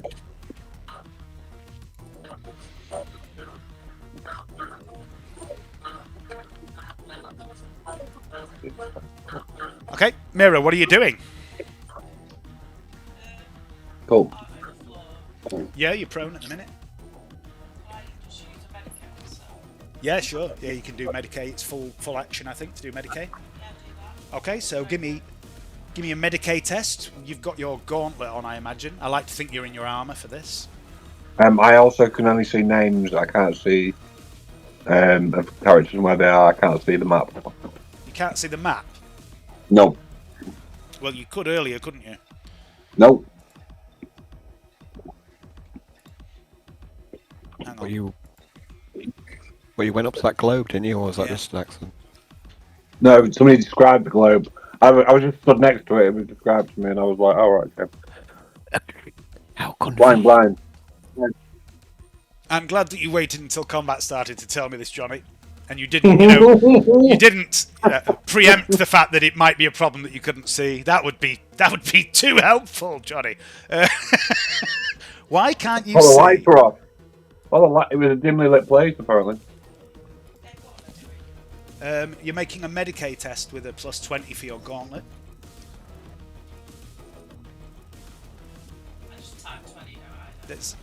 Nah, you don't have to put a plus. I can see absolutely no reason, Johnny, why you can't see. Can't see. We tried turning it off and turning it back on again, Johnny. Oh yeah, I'll do that. Just press F5. Hang on a second. I'm just going to go back into it and then I'll press F5. Let's see. According to everything I can see, you can see. Mm-hmm. So you heal your four wounds back? Oh, I can see now, yeah. I can see now. There we go. Very good. So that's full action, that's your turn. You do have the ability to speak if you want to speak or do anything like that.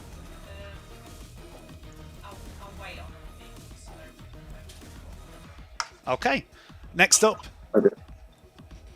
The man, the myth, the legend, Dick Pincher. Oh, okay. I've got this collar on me, haven't I? What collar? The explosive collar, which never went off. No, you. Oh, you have, yeah. But it was disabled. It'd been disabled by the mystery man who removed it.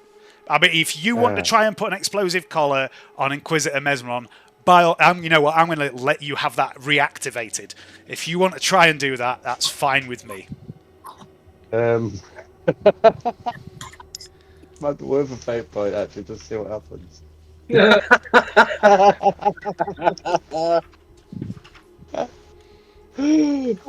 Oh shit! My notebook's full.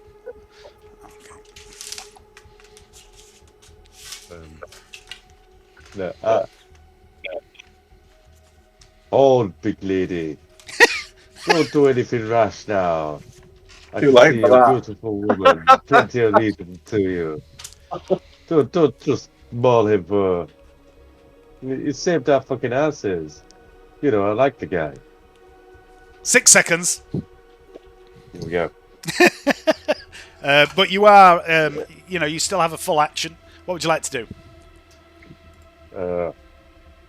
Just ready my Judge Slayer pistol, because it was going to be useless and that's shit in the head, and have my hand on the collar, just in case. Okay, so you can quick draw, can't you? So, Yeah, and you're ambidextrous, aren't you? Yes, I am. Yeah. Okay, I found out this So rule the other day. I'll quick draw my pistol. No, I found out this then, rule the other day. If you've got ambidextrous and you can quick draw, you can draw with both hands. So you can I'll ready get the the collar collar and the out. pistol. I will ready the collar, but not in plain sight. Yep. Not like behind me. Okay, you've still got a full action. I'm not going to engage in combat. I'm just going to go. What the fuck is that? Okay. You see that? What the fuck is that? Much out of nowhere. It's wearing fucking armor. What are the women like in this world? They're all like this. She is from this world. Okay, so do you want to hold your action just in case? Yeah, hold my action. Yeah, okay, cool. Next up, we have Mr. Wallace. What's stun do? I mean, I can't take actions. You're stunned out. So this turn you are prone and stunned. So yeah, you can't do anything this turn. You're right. As I get to my feet, I'm going to say, "Oh, great, another fucking Inquisitor." Mira, is that your mum? Sorry, what? Said, Mira, is that your mum? Certainly not. Or maybe, who knows? It's quite a resemblance. Make an awareness test for me, Mira, with a +20. Of all the strange things that could happen in the universe, that might be one of them. You know what I mean? She could be a mother. I mean, what's the chances of a white woman giving birth to a black child? Let's not make judgments here. I mean, for that to happen, that would mean the father would have to be black. Is Jagannatha? Yeah, the father's Jagannatha. Fucking hell. Not that prick. Well, Sorry? We met one time. It doesn't matter, you've passed. Mary, you look at this woman and you don't see it. It was a pleasure to. At first, you don't see it. This woman is very pale. You're very dark, and she has this very blonde hair. And then it's the eyes and the brow and the nose, and you think it's a bit like looking into a light mirror as opposed to a dark mirror. Are you saying that? Okay.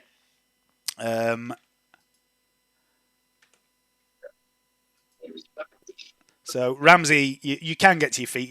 You're a bit stunned, sort of thing. Vlad.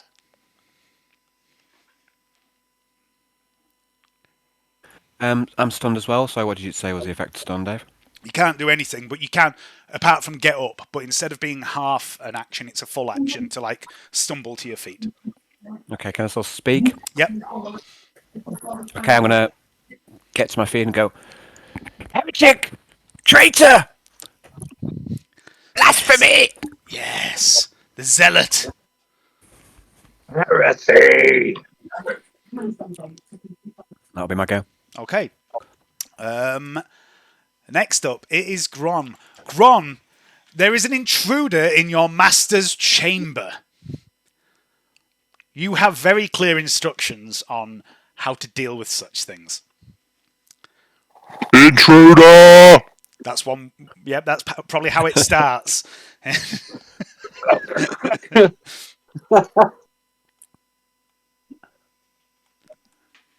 So go and give it a smack. Okay, so you're. You know what? Normally I allow people to move through other players, but Gron is fucking massive, and Globus ain't no little guy either. He's a big fat man with lots of augmetics. So what I'm going to have here is a little moment where you have to literally shove your master out the way to get past him. And I'd like you to. Does his chair have wheels, Dave? That's No, he's got augmetic legs. He's got like these really heavy piston legs. Just give me a strength check, Gron. It doesn't. It won't affect anything you do. It's just to see what happens to the Inquisitor. He said.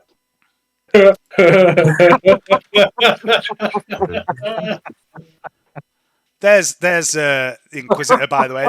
That's Inquisitor Varak for you there. What's the heck? We'd make Back a good ball one. back to you. Hey. Okay. So yeah. So you managed to shove the Inquisitor behind you. And he manages to keep his feet. He doesn't fall over, which, if he had fallen over, would be a problem because he tends to start to choke to death when horizontal. Right. He's so fat. He's like his neck can't stay. Oh, his throat can't stay open under the weight of his fat neck. That would have been amusing. Wow. Okay, so Gron, you charge into the Inquisitor. Could you have got a charge off that? Were you more than 4 meters? Nah, away? not. Yeah. I don't think you were you? Nah, it's 3 meters. Yeah, so you can make a normal attack at +10 if you want.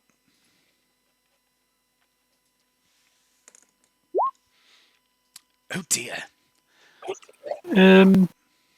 Nah, go on, that'll do. Okay. And it's probably less of that you miss and more that she deflects it, I would imagine. And you see that as she wields this blade, she effortlessly parries your maul to one side. She's not even looked at you. She hasn't even recognised that you're there. But she seems to instinctively parry this attack. Brother Ishmael, blessings of the Omnisire be upon you. What are you doing? I would like. I'm only stunned, so I'd like to get to my feet. Yeah. Yeah, you're not stunned, are you? You're just prone. I think. Just prone, yeah, get to my feet. Yeah, so you get up for half an action. You've still got half an action. And then I'll move. Why is my music stopped? Yeah, it's still on. Yeah, Oh, is it? I can hear it. Yeah, I can hear it. Oh, I can't hear it. I I can't hear it. On and off for me. It's not playing for me. No. Nice. This is proper heretic bashing music. Yeah. This is the reason I play Darktide, just for the soundtrack. Good. Let's go some heritage. This heritage. Just remind me again of, is a move half action? Yeah, so move is half action, or you can, for a full action, run or charge. So your normal half action move is your agility bonus. You can move twice, or you can do a run, which is a bit more. I can't remember the exact figures for your character. Yeah, and then I'll turn on my double-handed axe thing. Okay, you activate my first Omniscion axe. Yeah. So Dave, Ishmael's got an axe. I didn't want him to have an Omniscion axe too early because they're really powerful. So I gave him my first Omniscion axe, which is like a stripped down version of it that can only be used so many times. Although now he probably wishes he had a full one. Dericles the Illuminator. It is you. Heretic! You have burnt your fate point, so you're still on your feet. I'm going to charge. Okay. We're in the Eviscerator. Go for it. Go for an all-out attack. Well, it's just a charge. Just a charge. So it's a plus 20 to charge, but let me just check your character sheet. Yep. I hate heretics, by the way. Do you think this is a heretic? I know that. Yeah, she is classed as a heretic. By the way, you do have Frenzy, but to use Frenzy, you have to spend a full turn psyching yourself up. Yes. I'm going to just charge, because there's no time for psyching. Oh.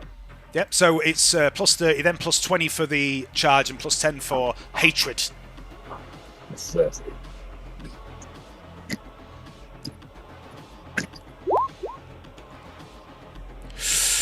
That's a hit. I'm going to try and parry that.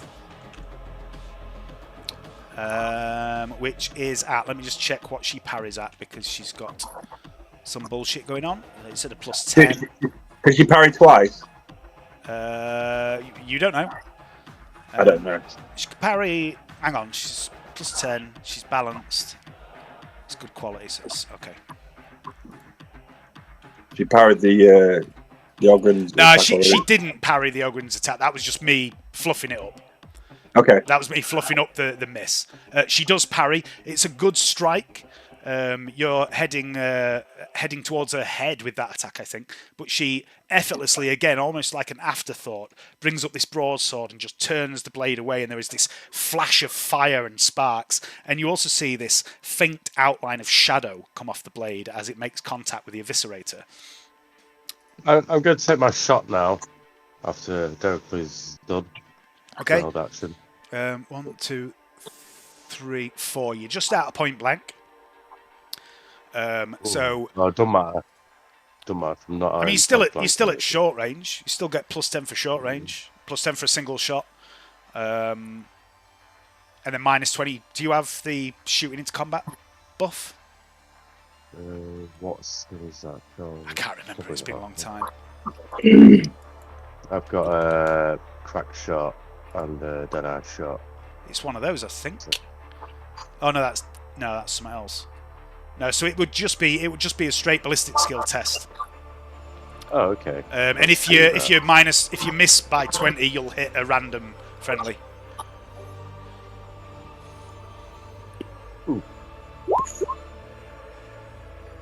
Oh, I'll re-roll that then. Why not? Okay. That's better. Where have you hit her? In the 63s. Ooh. That is the body. Roll damage, please. She can't dodge. Not in Terminator armor. Okay, 11 at pen 7. So that would become...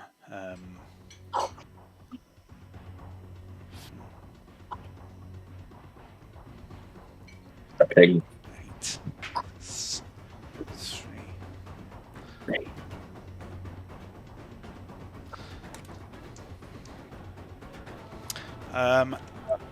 The shot doesn't even seem to strike her armor. It seems to ricochet off about an inch from her body.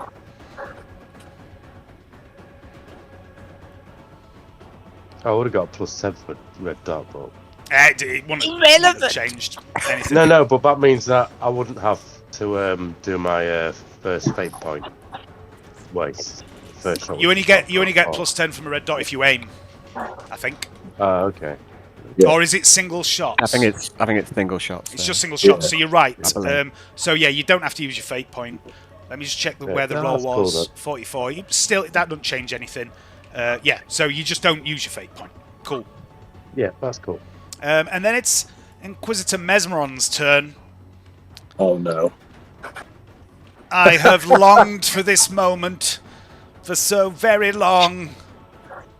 Silence, heretic! Are we in character, out character at the minute? Not quite clear to me. She is going to turn to Gron. She's going to turn to you, Gron, and she's going to say, in a very warm, friendly voice, "Hello, who's a good boy? Who's a good boy?" And then she's going to find the thing she's going to do. which I haven't got the instruction for, even though it absolutely is on a character sheet. It's called space bullshit. No, it's called compel. Oh no! And she's going to point. She's going to point at. I'm going to randomize it. She's 1, 2, 3, 4, 5, 6 of you, isn't there? God.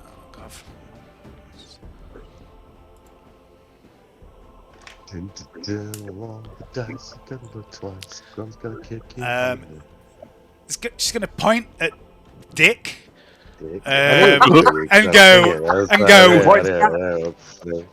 And she's going to go, kill the savage for me. And then I'm going to... Yes, I brought reinforcements this time, bitches.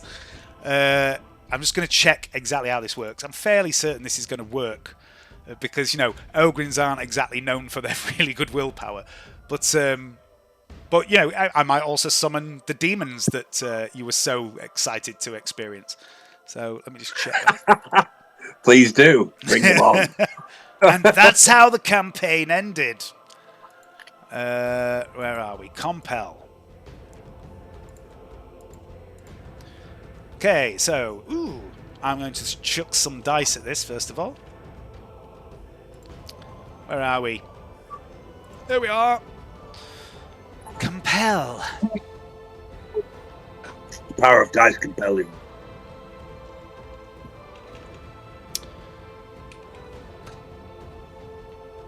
What level is she? I mean, she won't hold back. She's a lunatic. Seals. Kill yourself.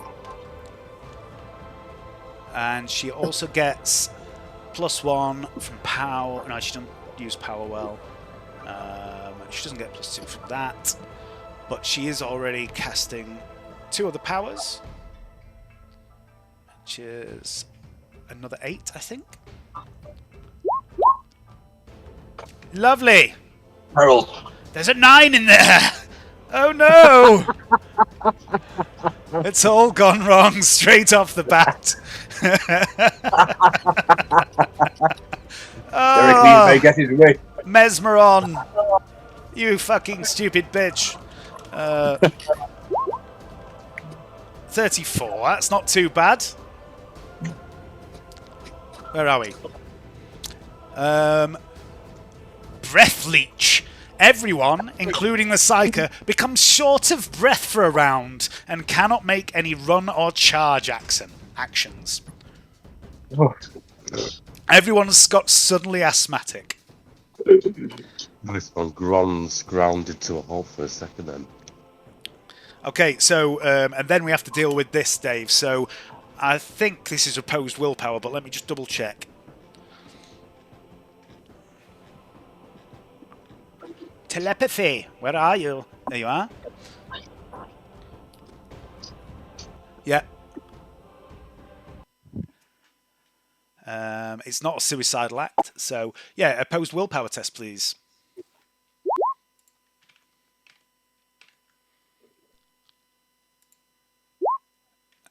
You must attack Dick Pincher.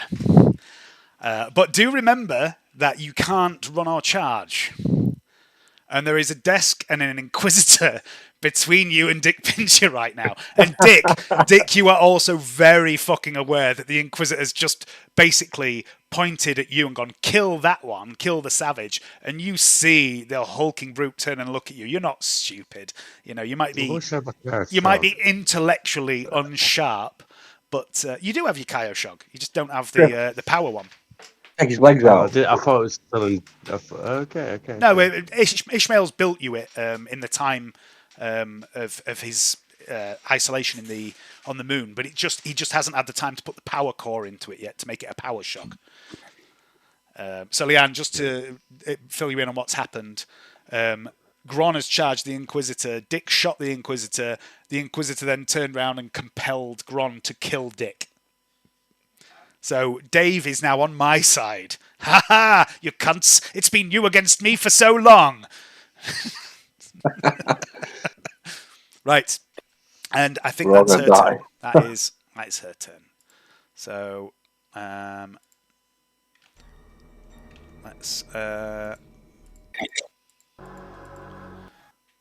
to the top of the round. Turn 2. Sister Mira. Sister.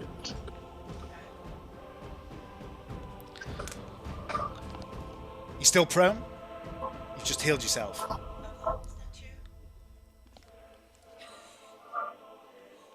Is that you, dearest palest mother? I missed that. Thy bosom, dearest mother.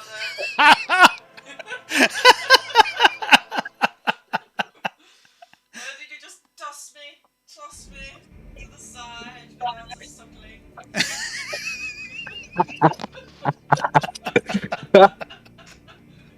Upon thy pale breast. From my pale breast. Jesus, Leanne. Oh, fucking hell. I don't know if anyone else can hear that because Leanne's mic's 4 foot away from her. What there and said, Bitty. Bitty? I think her mic's muted anyway, so I think comes through yours. Oh, anyway, you're muted anyway, so they didn't hear you. Basically, what Leanne's just said is, Mother, mother, is that you, mother? Did I once suckle on thy pale breasts? Fucking hell. Oh, Jesus. That's intense. Toss me to the side, dearest mother. Mumsy. Supple once upon thy pale breast. I'm going to have to make a... I'm going to have to make a test for her. Okay. And also, I'm going to have to give her a scrutiny test.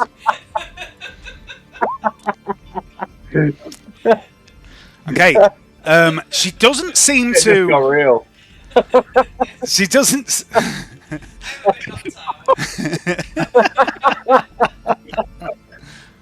She doesn't even seem to react to you speaking.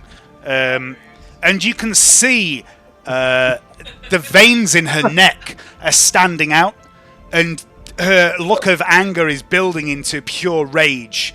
You get the feeling she might be in some sort of like battle frenzy. She's on the Sims. What are you doing? You've still got an action. You've still got full action to do whatever you want with. So Kids will do that to you. Yeah, just to remind you, Leanne, you are still prone. It's half an action to get up. I'll get up. Mm-hmm. You're behind the desk as well. So she probably didn't even... She might have heard you, but she wouldn't have seen you.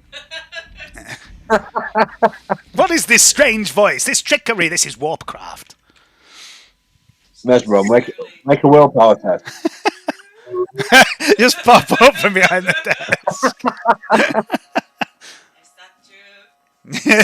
You've already done your speech. You've already done your speaking. You only got 6 seconds worth of speaking. So what are you doing for your other half action? You've got up.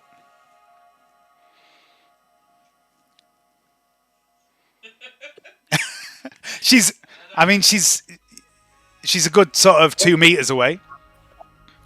Look at the map, so I don't have to keep telling you where you are. I forgot Varak. I didn't put Varak on the fucking turn. So she wants to kill Dick. Well, she has ordered Gron to kill Dick. Gron don't like Dick.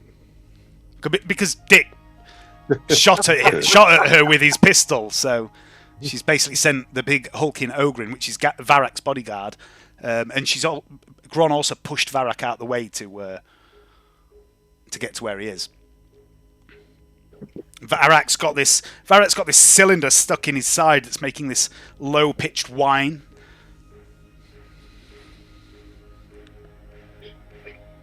Bomb. Okay, I mean you can move over there. You've got grab his girthy cylinder. You also know, by the way, Mira, as well, that Varak is very, very ill. He's got an incurable disease and he's slowly dying because you came to him as his personal physician. But you can move however many meters it is. I don't know. Have a look in your character sheet. I think it's 3.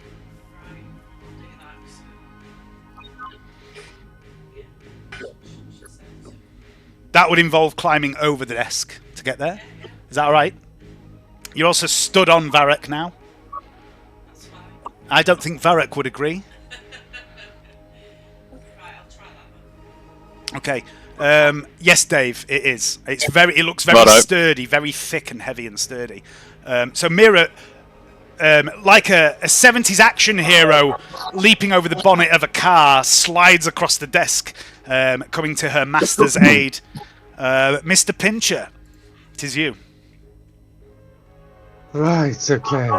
Let's get creative. Miss Pincher is going to go 1, 2. You are very aware that Gron's looking at 3, you with anger as well. It's quite obvious what's gone on here. 4, and then 5 around there. Okay, what was your path there? It was from where I was. Was it straight? Was it up and over the desk? Yeah. Yeah. Okay. Maybe Yeah, maybe a little leap over I Deracles. Do you want to do a little leap over Deracles, Dick? You're well known for your I was acrobatics. going around him because Oh, okay. Be boring. It costs the same to go diagonal. No, that's fine. That's fine. If you don't want to be cool and leap over people, that's fine. Please drop the die. You know what I mean? Like Dave. Yeah, I know what you're doing, Dick. I get it. You know, it's fine. I get it. You're playing Dick. Boring. Fucking flip. Yes, you leap. You leap over Deracles. Do a somersault and land. Cartwheels style flip with my head just touching the top of his head as I fly over with my legs straight in the cartwheel. Beautiful. Mr. Pincher is back, ladies and gentlemen. You land perfectly between Deracles and the bookcase. What would you like to do with your other half action? I'd like to install this collar in my other hand round Mesmeron. Okay, so you're going to try and... This is going to be tricky as fuck because she's 7 foot tall. She's got a big armoured, gorget round her and everything. So you can try and do it. I'm pretty tall. I'm going to give you a... It's a big old thing, this collar. Weapon skill roll. I'm going to give it... let me think. Height disadvantage at -10. It's going to be tricky. I'm going to call it weapon skill roll with... I'm going to say -15.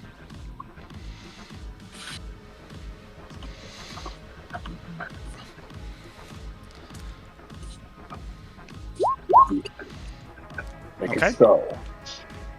Dick. All right. Just a second.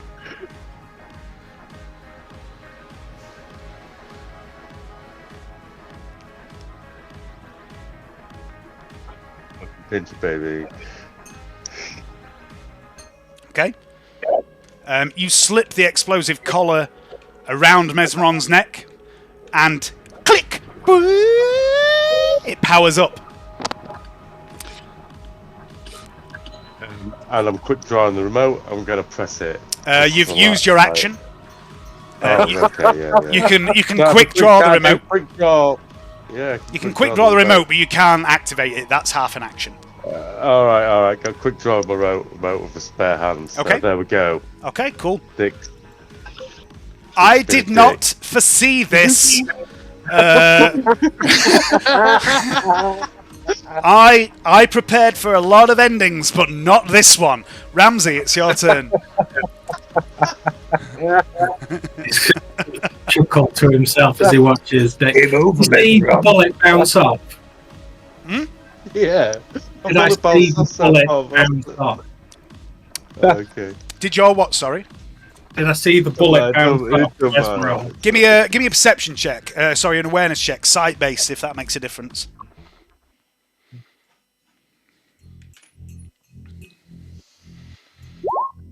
You did. Give me a tech use test as well, please, James.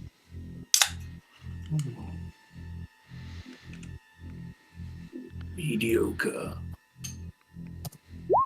Okay. Yeah, you did see it ricochet off. You don't think it even hit her armor. You saw these weird sparks of energy. You think it deflected before it got to her.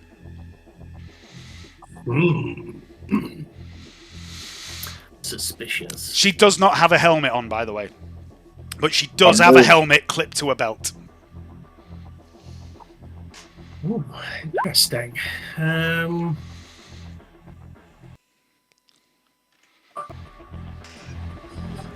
Where's she? Here. She's the big red circle with the giant black armoured woman.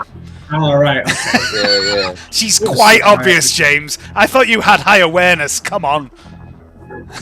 And and improved sight as well.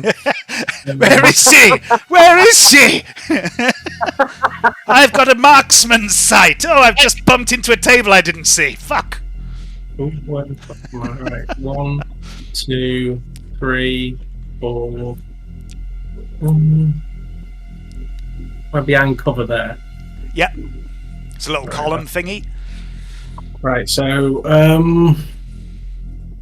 gonna run to there and actually that's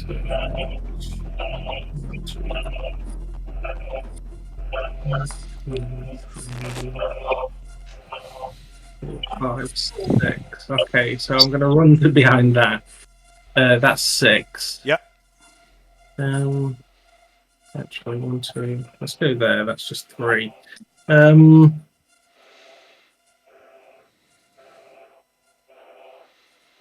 Right, so yeah, I'm going to move to there and I'm going to take a shot at her. Okay. And I'm going to get a free aim because I am a devious little shit. Gaming. A power gaming asshole. I make no apologies for this little horror. Ramsey is bullshit. Ramsey is bullshit. It's canon. Yeah, so it's going to be 34 point blank, 10 for single shot. Your free aim is another 10, right? Red dot? 20 for the aim. 20 for the aim. Yeah. Red dot. Your large target. She is a large target. She's in combat, but you ignore that. It's going to be plus 60. That's the max you can get to. Yeah, I think so. Ramsey is bullshit. I think you hit. Are you stealing my head collar kill?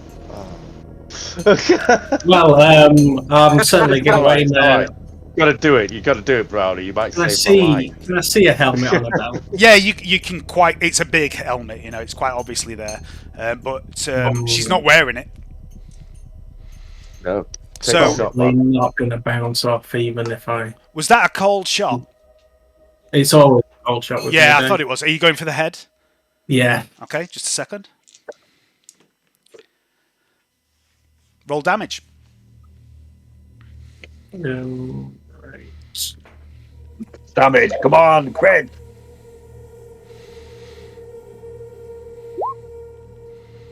Ooh. So it's pen 5 actually. Yeah, I mean it doesn't matter. She hasn't got any armor on her head, and that is you do 5 wounds to her.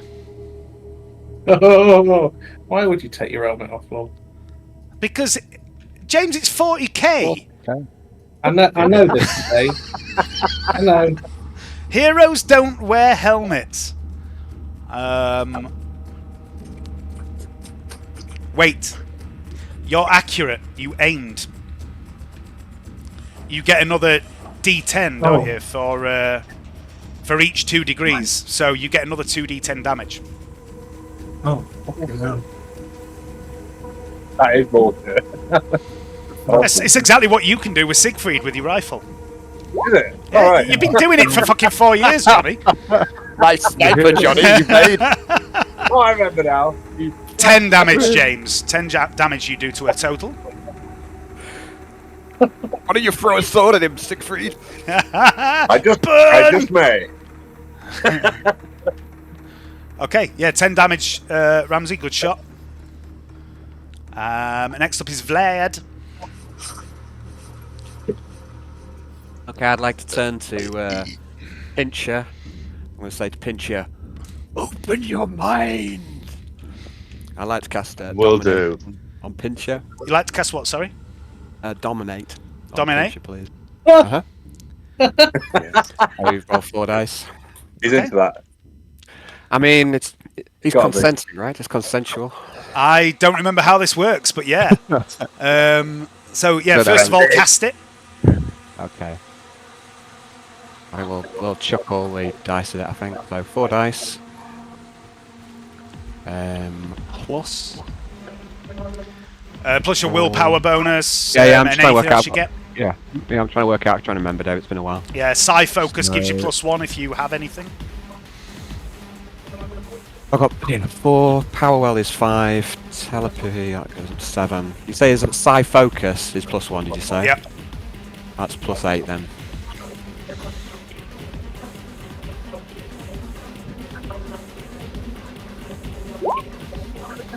$31. How many 9s, Alan? How many 9s? None. Zinch is disappointed with you. I was trying to whip your rolls like fuck. Then I was gonna. Don't be fucking bringing that bullshit to my table. So, Alan, yeah, you cast this power. Dominate. An opposed willpower test. I am going to. I'm going to say that Hayden, you can choose to fail this, but in the name of comedy, I would like you to roll because your willpower is amazing. Okay, I will do it, but I'm going to use a fate point to fail it if I'm in it. No, you can fail automatically, but I just want you to roll your willpower because it's so good. Okay. I'd like to add a +10 to mine, please. I wanted every I was willpower Dick, alright? Fuck means something. Do it, Dick. Open your mind. Oh my god! Every time, man. Every time. Every time, mate. That's unbelievable. You only just got there. Alan, for a moment, you push inside the mind of Dick Pincher and you assume control of him. And there's something there that you haven't seen before. I'm going to use my fate point to fail. You have failed. Oh, good. There's something there within the core of Dick Pincher that you haven't realised is in him before. Oh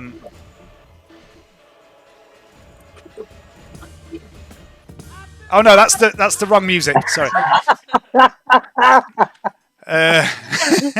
Going deep inside you.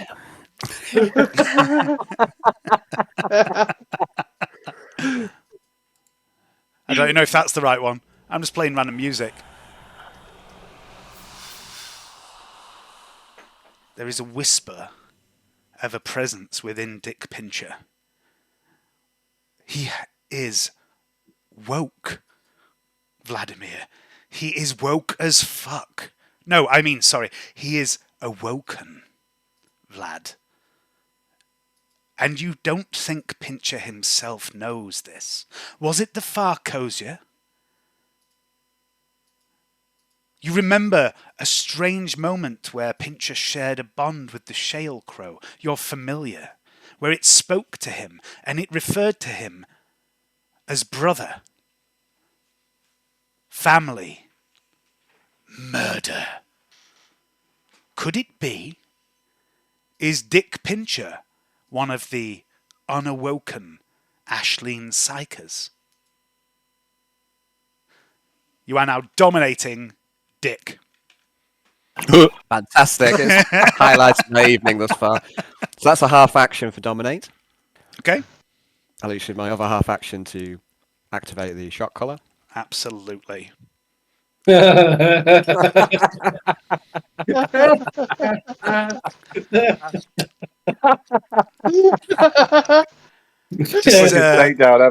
Just give me a moment. I just need to double check something. Just go to shock collar. If this is activated, it'll say you're dead, Dave. It's not a shock collar, it's like explosive collar. It's an explosive collar, yeah. Can I push the red button, please? The best thing about this explosive collar is Dick gave it away, and I fucking gave him it back at the beginning of the session. Foolish. You take I was didn't. Wasn't it? Wasn't it Felroth Gelt who's given the spell attack as well, right? Yes. Well, you don't know for definite, but there was there was the blind homeless man that was like asking for money, and Dick gave him a couple of thrones, then put a collar on him and fucked off. And then at the end of the session, the collar was just there with a note saying "Well played, acolytes," and it was signed Felroth Gelt. So it's insinuated that it was Felroth Gelt that Dick put an explosive collar on. But you might never know. Explosive collar. Let me just check the fucking rules, you set of pricks. More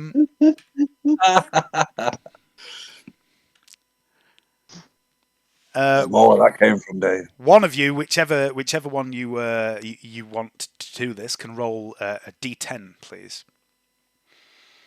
Get a 10. What do you want, buddy? Do you want to have a go at it? Or do you want me to? You're controlling me, so you should really. I will do it good. I set it up. You kick it and kick it in the goal. Kick it in the cojones. Back to the net. That's good. It's not bad. Could be worse. Could have been 6. Could have been a 1. Not barely average. Slightly above average. That's better than usual. There is this deafening boom at very close quarters, and Mesmeron's head disappears for a moment in this blinding burst of fire and light. And as it clears, in is it in The Dark Knight when fucking Two-Face has got the half face thing going on, and like you can see all his teeth and his eyes exposed? She kind of looks like that, but it's the whole face. And she stumbles. She's not dead, but she looks pretty fucked up. Cool. Can I also drop the spell as well? Yeah, that's a free action, I think, isn't it, to do that? I'm not sure, but I'd like to. Yeah, I think it is. Yeah, just use it just for that, and then drop the spell. Yeah, I know that when you first created Vlad, you had visions of playing him a bit like Ravenor, didn't you? And I think you've just done that successfully for the first time. That was pretty cool. Yeah, she looks really fucked up. She stumbles. Her flesh is charred. The armor doesn't look like it's damaged, but the meat within, that's another story. Is that you done? Yeah, that's 2 half actions and free action. So okay, Gron. Brilliant use of me. Good teamwork, guys. That was cool. Yeah. That was good. That was really good. Okay. I should get like some sort of like fucking ingenuity bonus for that fucker. Oh, don't worry, you'll get some bonus XP for that, you two. So don't worry about that. Gron, what are you doing? Can't move, can I? Why can't you move? He's out of breath. Well, he can move. Oh yeah, you're a bit like. Yeah. I'll put my foot against the desk and push it as hard as I can to whoever is on the other side. Which direction? South? Yep. Okay, give me a strength check. Vlad, you can dodge if you'd like. I think that would be wise. Okay.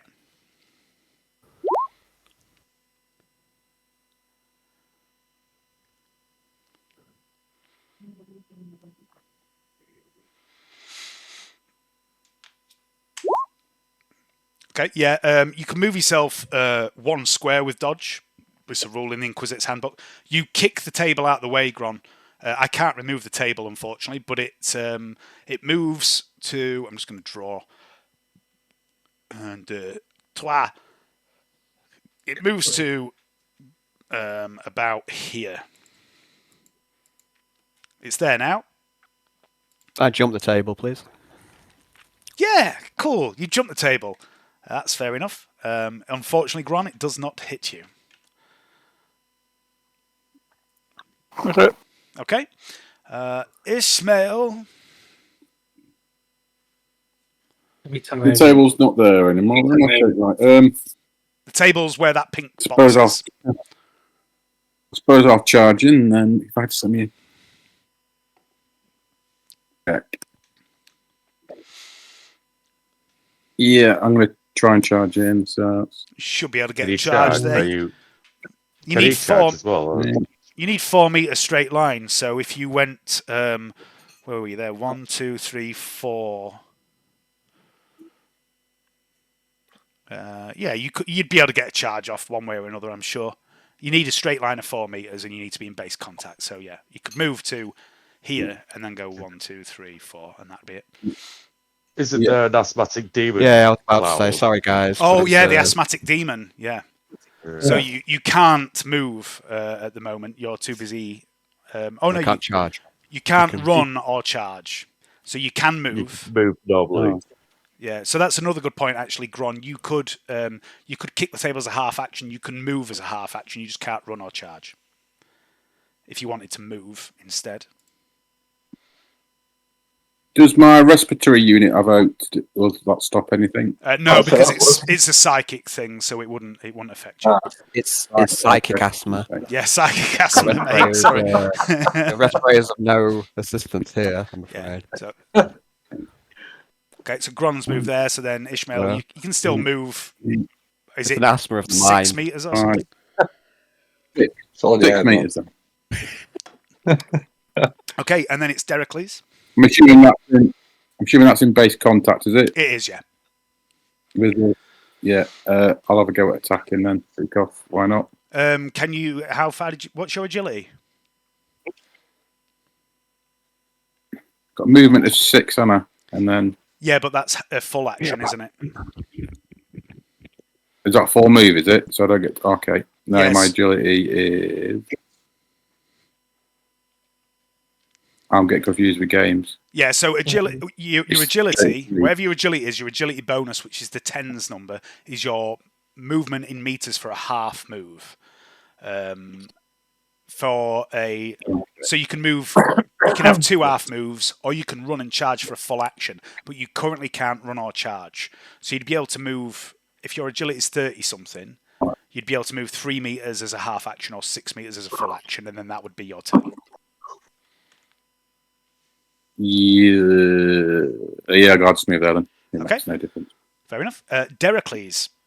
I'm going to just do an all-out attack if I can. Yeah, you can. So that's plus 13. You also get plus 10 for the hatred. Yeah. His eviscerator has been blessed at some point as well by Ishmael.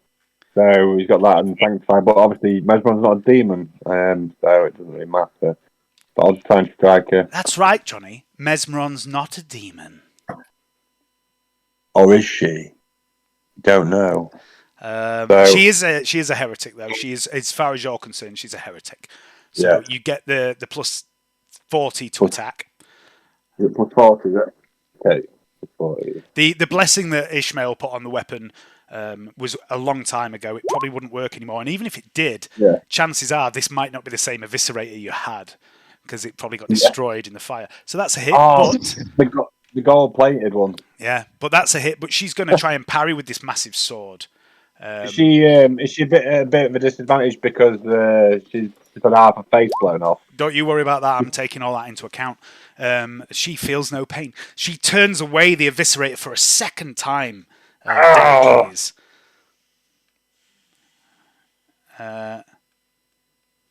You have the face of a heretic. You realise she's a very skilled swordswoman. And actually, I've just realised that's a power field, but she hasn't activated the power field. That's a shame. I could have destroyed your eviscerator. Anyway. So then it's her turn. She's going to activate her power field. And she's going to... Ooh. She's going to go for you because you have proved to be quite a threat, I think, so far. Wait a minute. So turn 2, turn 3. So dead. You just parried me. That's no threat. I didn't put an explosive collar around your neck and blow half her face off. That wasn't me. Thanks, Johnny.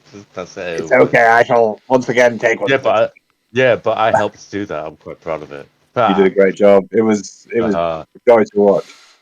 Okay, so she's going to swing at you, Dericles. She gets plus 10 weapon skill because she's frenzied. And before anyone questions that, she has battle rage and mental rage, so she can use psychic powers while she's frenzied. She's going to get a plus 10 to her weapon skill. She's also got plus 5 off the good quality sword, so this is a plus 15. And she is she all out attacking? She is all out attacking because she's frenzied. So that is plus 45.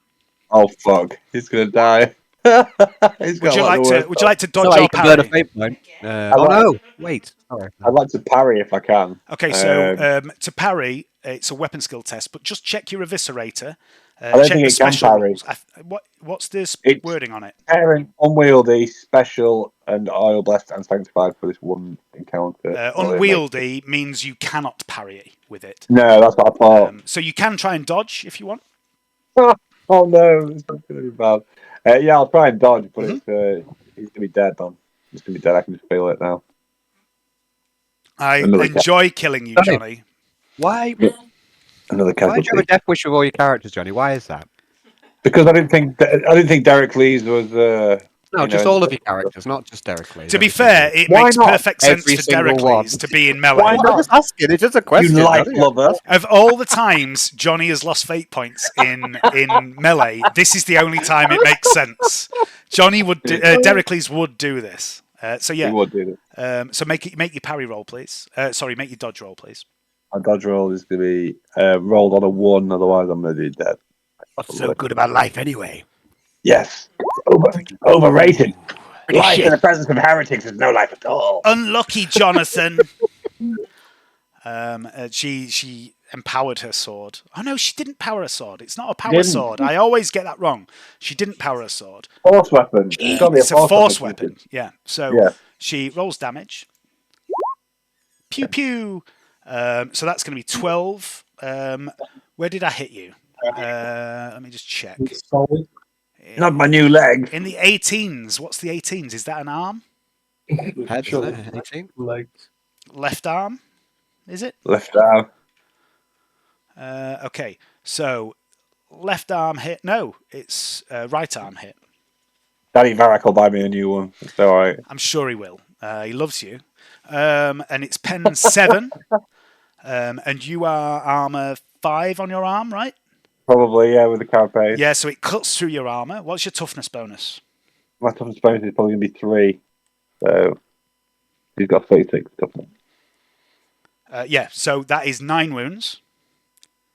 I think that is bad for Derek, please. And then she will, as a free action, empower the Force Blade.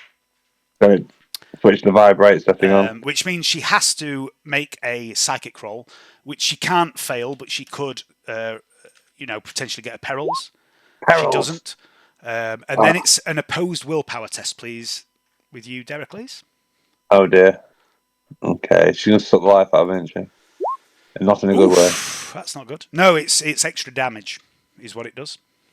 Okay, so willpower. I'll do that. No. So you can power the blade after she's hit him, because that way.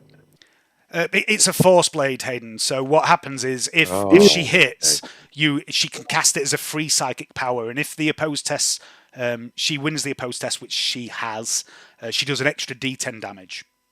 Oh dear. So that's going to be. That's not how you do it. Oh, that's still not how you do it. Another 2 damage. So that's 11 wounds to Derek Lees. 11 to Derek Lees. That puts you on 0. I'm pushing on 0, yeah. Okay. Okay. And that's her turn. It's the Inquisitor's turn, Mr. Varric. And he's going to go, stop this, Antonia! Hear my voice! Leaf! Offset! Asylum! Unity! And Mesmeron turns and goes, cease your spell, you worthless wretch! And then... 4 years in the making. And then it's going to be top of the round, Mira. I'm just going to go for a wee. I'll be back in a sec. Side stuff. The Mesmer's going to kill us all. Good work with the Honestly. good work For yourselves, we've still got fate points left. Yeah. Use my corpse as a weapon. It's lower advanced. By turn, I'm gonna quick draw my card on bloody gun. Take cold shot to her head because we get like bonuses for cold shots. Yeah. Then fucking shoot it straight in the head with a cannon on. That's what I'm gonna do my next turn. Awesome. Take her out, man. Yeah, because it's pistol, I can do it at close range and in combat, so it's fine. Legit. Dodge this. Yeah, because you can't dodge. Well, she'll have to dodge or use the. Can't parry it though. I imagine she can't dodge in Terminator. And... Yeah, sure that attack. Can't. Oh yeah, that as well. What's that, Brownie? I thought maybe she can't dodge in Terminator armor. She can't. Well, maybe not. There's already said. So yeah, if we get the shot off, and like it's out of face no matter what.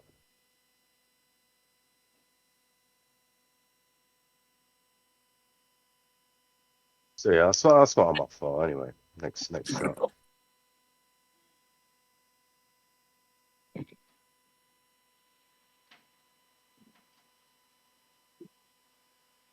And you got a bolt pistol mirror, you could maybe finish her off on with a shot to the head. Yeah. Nail it. Shoot her in the head. Shoot my mother. Bolt pistol in the face. She gets Fed you with her pale breath.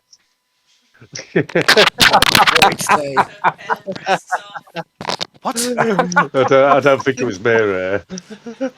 What's up? What was that? How that's not a question I should even ask. To be fair, that is Mesmeron's most armoured part according to her character sheet. Mira, it's your turn. What are you doing? So you ran over here to try and help Varak. Varak is in clear pain, and there is this device attached to him. No, you only moved over there, didn't you? You got up and then you moved over there. I'll help Varric then. Okay. What do you want to do? Do you want to just rip it straight out, or do you want to try and assess it? What are you doing? You notice that the lights on it are flashing faster and faster. I'm gonna just try and remove it. In a professional manner, or just yanking it out. Okay, give me a Medicaid test, please, to just assess this. This isn't your action. This is just to see if you can make a good assessment of this.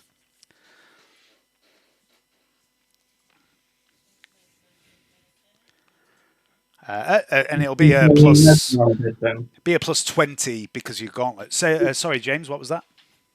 I said, is that something Mesmeron did? Yeah, when she teleported in, she had this device in her hand. It had spikes on one end. She jabbed it into Varak's side. You look at it and you realise he's in pain. And you saw these spikes. You saw her jab it in. And you think to yourself, this is a device that has been designed to attach. And probably it's probably designed to not fall off. So you think there's a very good chance that the spines that are stabbing into him are spined or designed to not pull out easy.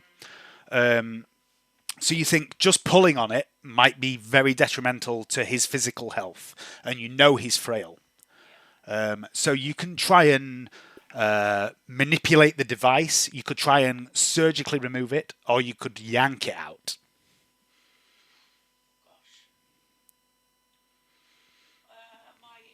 I might do the surgical because that's what I don't know about manipulating. Okay, so you've got on your Medicaid gauntlet a series of little tiny saws and manipulators and scalpels and stuff, and you can whip them out and start working into him. You're going to have to cut away a bit of his flesh, and he yells in pain as you begin to cut into him. And you do get a plus 20 for your gauntlet, but this is a very tricky operation, and he's writhing and screaming in pain. So I'm going to knock the give you a minus 20 to make it a straight Medicaid test, please. Probably going to kill him. Sorry. It's one of the potential outcomes of the session. 2 Inquisitors in one session would be awesome, wouldn't it? It would, Just yeah. one. Oh. It would. Call them all. Said he was a billionaire as well. They're all terrorism, rich. man. They're all rich, these pricks. Yeah. There we go. They had it coming. Okay, and you begin to cut into it and around it, and he screams in pain. And at one point, he grabs hold of you with his mechanical arm, and he begins to crush your shoulder. Make a toughness test. And you realise he's not doing it maliciously. It's just a reaction. I'll bear it because. Yes, for the Emperor. Leanne's getting into the spirit of things. What am I doing? Sorry. Toughness test, please. We have to bear it. It's like when Is this where you're going to give us a speech about being a monk again and bearing pain?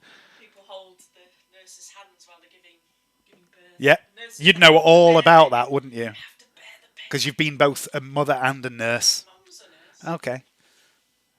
That's vicarious pain understanding. Just straight. Yeah, straight toughness test, please. Ooh, it's a failure. You take 1 wound. I rolled you a 1.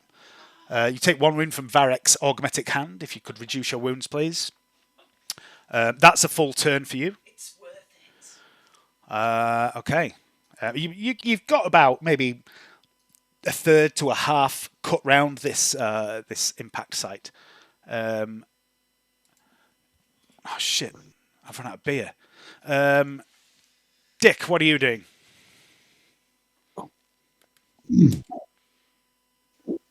Well, man, I look up at this big bitch right in front of me, and as I go for my can-dump pistol, I drop the remote and pick up my can-dump pistol in a fluid motion. Okay. I point it straight at the bitch's face, and I pulled that trigger like. Yo, man. Let's blow this bitch out of the way, man. I like the fact that Dick's accent has always been this weird blend of Jamaican and African. It's beautiful. It's like doubly racist. It's not at all. And occasionally Swedish. And occasionally Swedish. Yeah, it's fantastic. With a bit of Yorkshire in it as well. But this is the beauty of doing. This is why I love it when people do silly accents, because no one can hold their accent for longer than 30 seconds. I no accent I do. I laugh when like other people come It's amazing. Our accent as well. Yeah. It's just as good.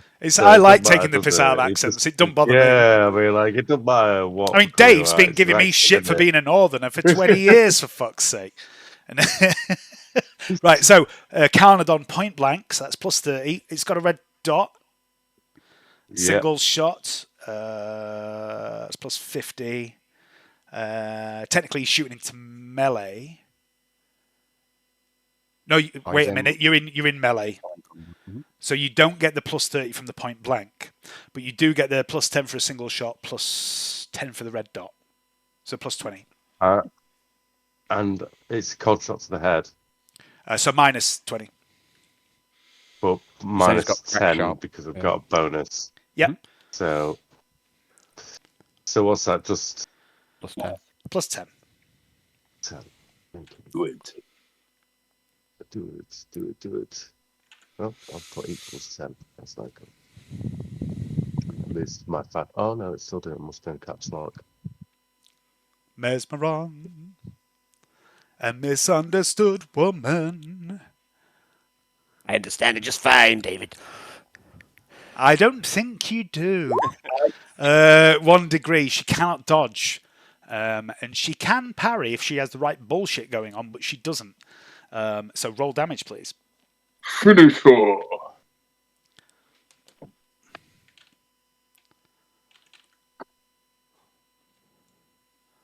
Carnadon. Oof, nice. Just a second. Just a second. Just a second. Is that critical? No, it goes green if it's a crit. I'm going to start doing these rolls in the chat that I've been doing to deflect shots. If it's 35 or less, she deflects the shot. She does not deflect the shot. So that is 10 minus her toughness. That is...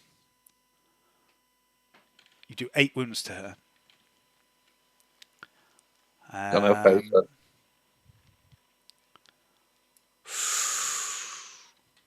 need the Book of Doom. Yes! I didn't say she was dead. I said I needed the Book of Doom. Yeah, but it's still cool though. And you know what? My favourite bit. I don't know if you're aware of this, right? But I am a massive cunt. I'm sure you are aware of that. Yeah. Cheers, Alan. Cheers, mate. I love you too. So what I'm going to do is I'm just going to scroll down to the right page. Is this impact? It is, isn't it? It's an impact damage. And I'm going to go. I'll be right back. I'm just off to get a beer. Oh. What a funny move, yeah.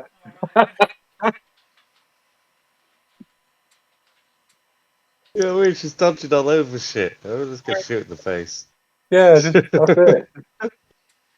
Not wearing a helmet. The ultimate weakness of 40k character. I've tried to blow the head off. I'm wearing the finest armor in the fucking universe, but not in where it counts. Like, in the head. I know. But she'll probably come out and turn into some sort of demon prince next. So, you know, because Dave was like... I wouldn't be surprised. Is this demon my fight before?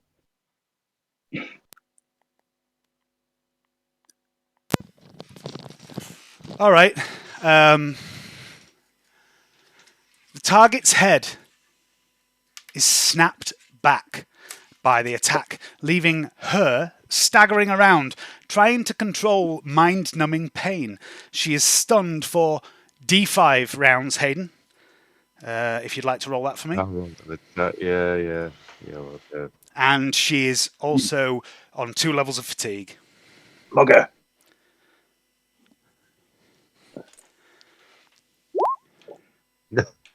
What? Oh, damn it. Not like that. Oh, God. /R space D5. I did that last time, but it was all in capitals because I was stuck in caps lock. 2 rounds. Okay, stun for 2 rounds. That is... that's a bit of a game changer. Dead Moron. Well, you say that. But all I'm going to say is she is a major NPC. She doesn't die easy, Johnny. Died hard. She dies hard. Real hard. I'm so fucking hard right now. Dick. I didn't mean to add dick onto the end of that sentence. That was just one shot, wasn't it? Yeah. From the Carnadon. Shoot again. Do we get 2 shots? Oh, I do get another you shot. You can dual wield, can't you, without any negatives? Yeah, do it. You've got the Judge Slayer in the other hand, haven't you? Judge Slayer, then. Judgment. Okay, so same again. Whatever we gave you last time, plus 10. Yeah. Plus 10. God damn it, Antonia. My most beloved. Don't kill her. No. Nothing bad would come of killing her. She's not the chosen one. I mean, what? Did that go up? No? It's not going to stop us. I know. Oh, I know, John. Oh, I see. The Imperium itself depended on it. We have a heretic to kill. Ooh. I'll re-roll that one. Ooh, yes, 2. Burn your fate points, burn them all. Yes. Yeah. That's the first one, actually. Spend them frivolously. Yes. It's got about 10 anyway. Oh, no, he's running out of fate points now, this pincher. It would be a shame if something that required a lot of fate points was to happen, wouldn't it? I'm not bluffing. No, it's fine. I've only technically used 1. Yes, but I know exactly how many you have because it's written here in front of me. For no reason. I'm not bluffing. That's Dick Pincher's turn. Ramsey Wallace. A chef so good they named him twice. Ramsey Wallace, aka Kill Stealer, aka Quiche. Quiche, yeah. Agent Quiche. It's quiche, actually. I like Quiche. Agent Quiche, Agent Lorraine. Agent Lorraine. Oh dear. What's Ed? I don't mean to alarm you, but there's something lurking around your shoulder. I think it's trying to steal. Sorry, I might have been hallucinating. I thought it was trying to steal your soul, but you're okay. Ramsey, what are you doing? Oh no, it's back! It's back! Look, it's trying to get into his beard. It's trying to make a nest. Don't let it. If you let it in, you'll never get rid of it. Yeah, had a really small comb. It was just combing it. I think he's already fed it. What are you up to, Ramsey? Let's take another shot at her face. Mm-hmm. Do you keep tuna in the beard to lure the? I just wonder. Now I'm wondering where Ed's been putting his beard. So half aim and take a pop. I'm sorry.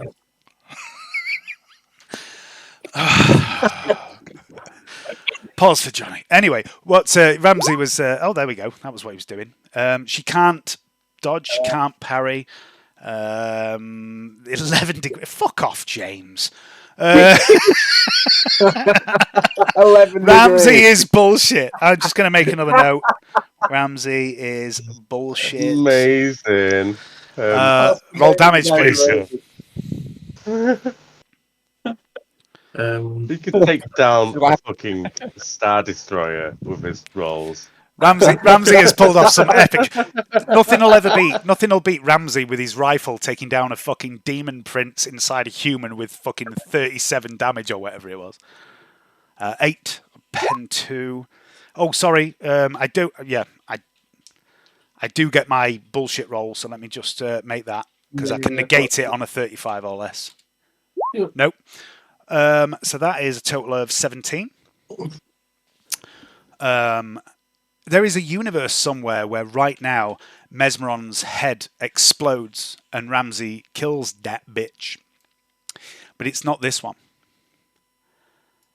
She burns a fate point because she is blessed by fate or whatever it's called. I don't think it is called that, but it's something with the word fate in it. So she ignores all that damage. For the sake of forever losing yet another fate point. That's you, Ramsey. Vlad.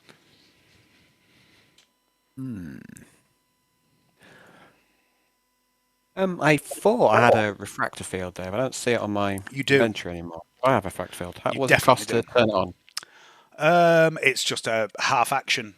Half action to turn it on? Okay, I shall turn it on. Mm-hmm.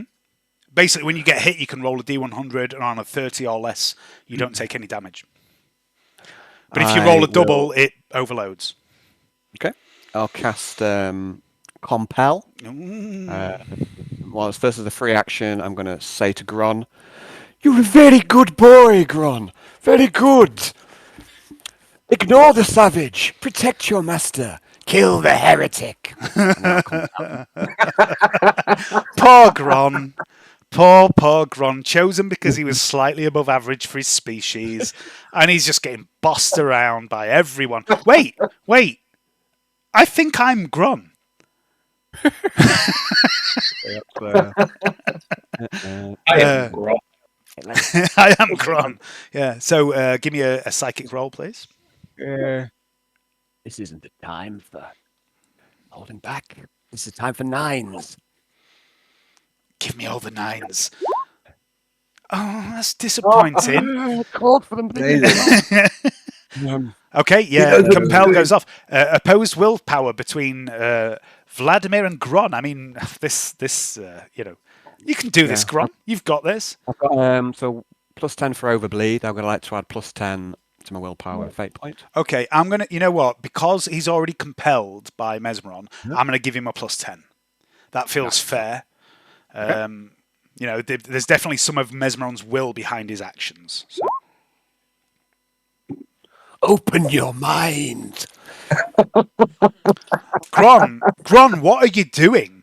What are you do? These people are your dad. I mean, he's not really your dad, but you always think of him as dad. You know, these are your dad's kids. These are like your stepbrothers and sister, and you're trying to hurt the weird dark one that always seems to be smiling and seems to have sex a lot. You know, this is wrong. You shouldn't be doing this, Gron. The bitch in black armor's your enemy. I wish there was a third psyker that could turn up and compel Gron.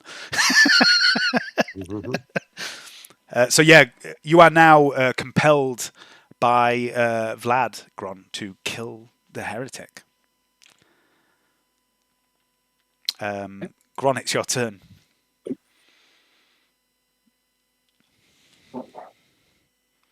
Damn it, Alan, with your action economy.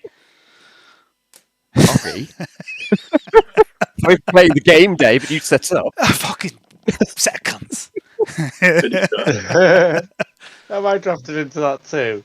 All of you. You're all cunts. Oh, dear. Wait, hang on. So that's a... Oh, yeah, you've moved to there, haven't you? So it's plus 10. You would have got a plus 20 to that because Dericles, Dick, and Ishmael are all in melee with it. You're ganging up. Would that have changed anything? No. No. Okay. I use a fate point. Cool. It would. If it's a plus 20, it's only 1.7 fails. No, because he's already added a plus 10, so it would be another plus 10. Oh, so okay. But yeah, fate point it, by all means. Gron is also blessed by fate. Oh, so close, Gron. Don't bother me, mate. Ain't my character. Yeah, I know. But it would have been glorious if the random guest spot killed her. Don't pretend that you like failing your role. He's fucking used to it. Absolutely no caring at all about characters that I don't own, mate. Also, you're pretty used to rolling shit. A thing to me. Dave's been rolling shit for. He's been rolling shit for 3 years in D&D. So. But I've still killed more than any other fucker. Yeah, you have. Most of it is just as a life cleric. Right. Ironic. Yeah. Ishmael, it's you. The flesh is weak, Ishmael. I suppose the best attacker then, isn't I? Right, where's my thing gone?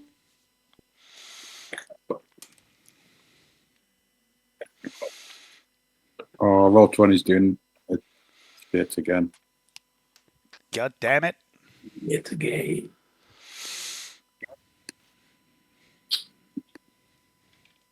Unless you use it constantly, even try and use it again if you leave it 5 minutes.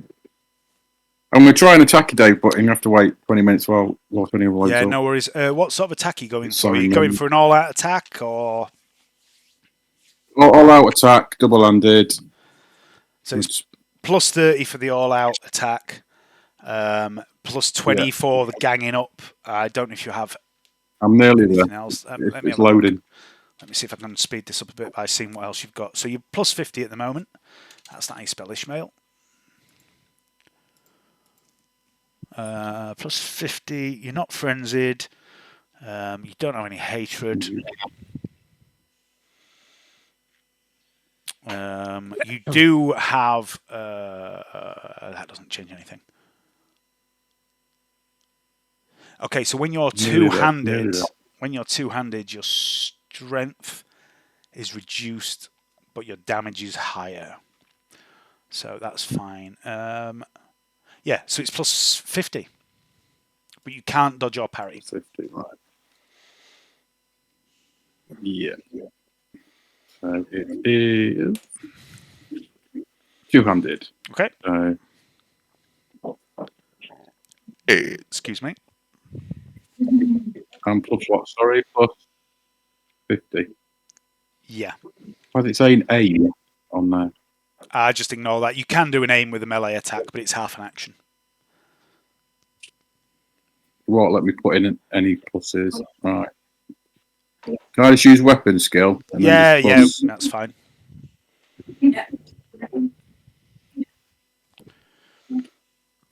Right, love you. Love you too, James. Love you more. That's, No, you hang up. that's a hit. She cannot parry because she is stunned. So roll damage, please.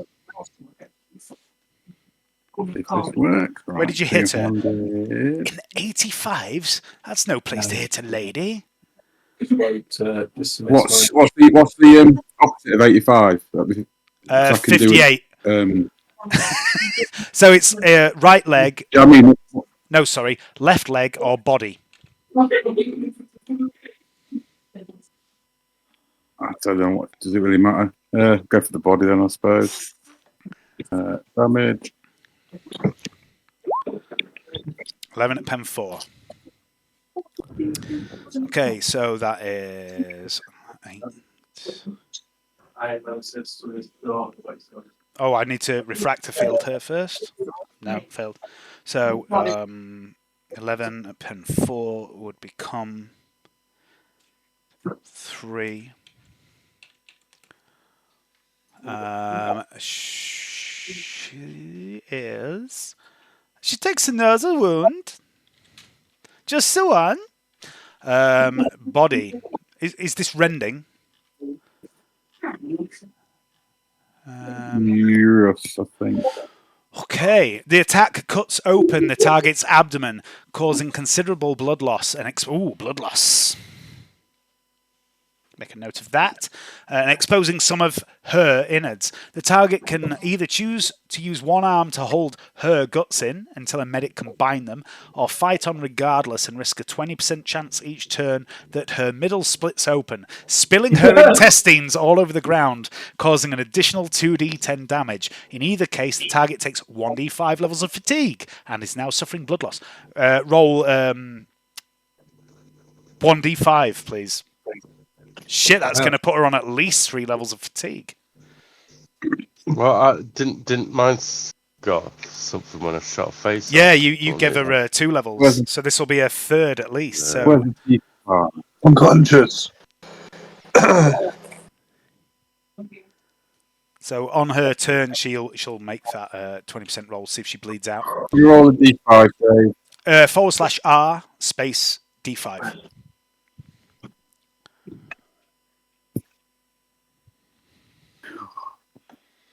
That's it. /.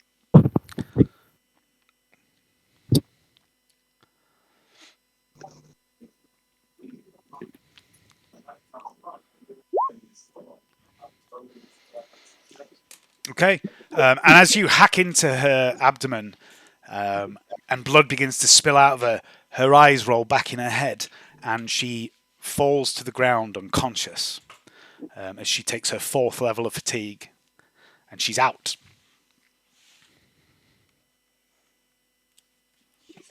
She's unconscious,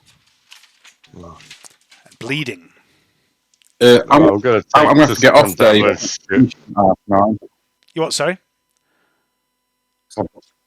Off, Dave. I've got to be up stupidly early tomorrow, and I thought it was finishing at 9:30. So. Yeah, I mean, to be fair, that's pretty much this. We're probably not going to get another turn at this rate anyway. So if people want to leave, please do. But if anyone wants to hang around just to see what happens, we would can like do that. to hang around and see what happens. Can you let us know what goes on in the You what? Sorry. group, and I'll just let us know what's gone on in the group. Yeah, absolutely. Yeah, I will. It's not going to be much longer, to be honest, to the rest of you that want to stay. If people want to hang around, maybe another 20 minutes, half hour at the most, from the look of things. She's unconscious. You could literally slit her throat and kill her now. Yeah, I'm thinking about it. But we're not in darker heresy now. Freedom. Gaius, we don't kill all of her. I would quite like to resolve this. So yeah, if you want to get off, Ed, fine. Great, good to see you, mate. And I'll let you know how this comes out. No witnesses. No witnesses. Not even Ishmael can witness this. Silence him. There we go. Yeah, okay. So that's Ishmael's turn. Dericles. What? Have I forgotten how to pronounce things? Dericles, it's you. She's down. There is blood spilling from her abdomen. Her face is charred and blackened. She is at your mercy. Look at Charlie with his floppy ear. Oh. His belly. Oh, He's a heretic. I think you're Wow, muted again, are you? Charlie. Or am I just... Oh, no, you're not. You're not. Ignore me. No, it's my screen's been really weird. Is Charlie a heretic? I mean... It smells like he is sometimes. Yeah, I was going to say, I've experienced his pestilence of Nurgle. His Nurgle's right. It's palpable. We've gone through this. Yeah. He farts a lot, so he's part Nurgle. Yeah. He can be a vicious little sod, so he's part Corn. Yeah. He likes his bollocks tugged, so he's definitely got a little bit of Slanesh in there. He's also good at manipulating you. So Yeah, he's all of them. He's Chaos Undivided. Undivided. Yes. Heretic. Look at him. You'd never suspect him. We're on to you, Charlie, you little cunt. Yes. And he's French, which makes him a heretic anyway, right? Default. Do you know what? I can do anything to Mesbon Yeah. while she's laid on the floor. Dericles, she's down. She is unconscious. She's bleeding out. Her face is blackened and charred. But you can see she's feebly moving. It's up to you, Dericles. She's a heretic. We need to finish her off. Yeah. What about totally the, agree. I'm not going to tell you what you can and can't do, Johnny. It's entirely up to you. But literally, Anyway. this is the moment that defines the rest of the Darker Heresy campaign.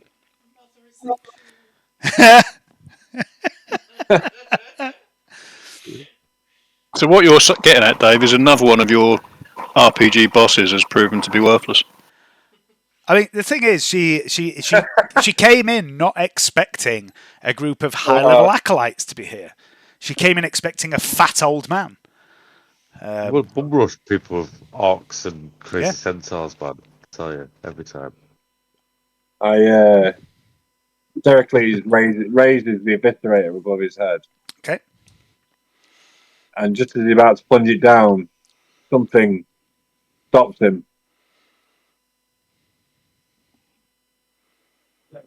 Okay. Whose turn is it next? I cannot kill this witch. There's no sport in it. Look at her. And he turns off the eviscerator, and then just turns and walks away. Okay. It's Inquisitor Antonia Mesmeron's turn. First of all, she's going to see if she suffers from blood loss. Is she still She does stunned this turn as well? She is, yeah, but she, excuse me, she does get to Dericles see if she bleeds out. walks away. She also,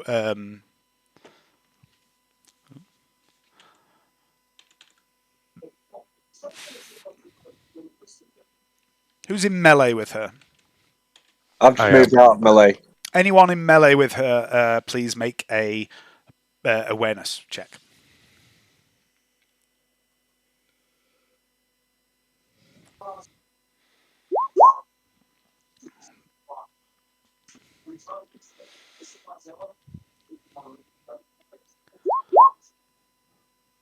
I'll do one for Ishmael. I can't remember exactly what his skill is, but it'll be quick if I do this, and I'll be able to know. Yeah, so okay, that's fine. That's the Inquisitor's turn.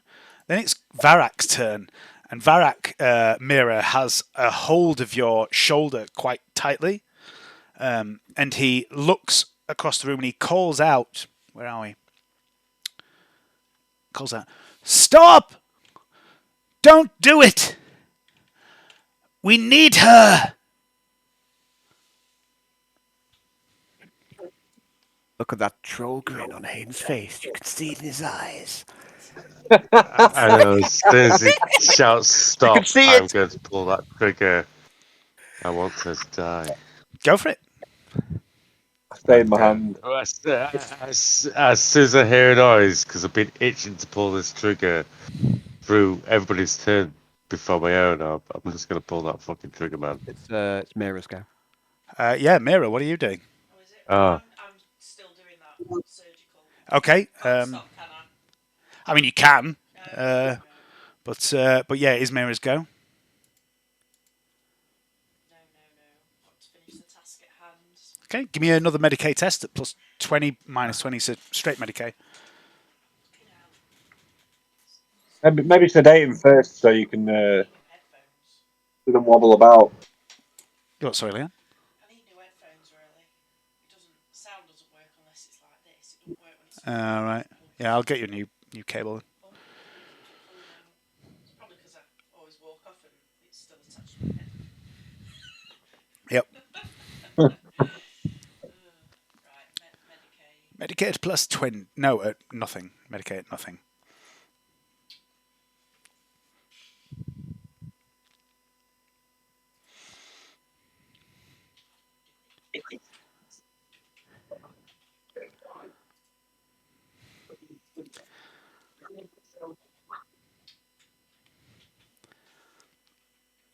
Okay, you finish the last cut with that 2 degrees success, and you pull the device clear. There is like a circle about an inch thick of flesh stuck on the end of this, and it's about that much flesh, about an inch, and blood is pissing out of Varak, and he's screaming, but he does let go, and he starts trying to get up, and he's going, "We have to stop them!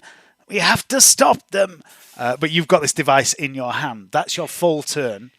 You can still speak or do anything as a free action if you wanted to, that you could potentially do as a free action. Can I try to give him some, like, sew the wound or something? No, that'd have to be on your next turn. That would be an action. You can treat him, but it'd be your next turn. Alright, Okay? Is there anything you want to do? Anything you want to say or use as a free action?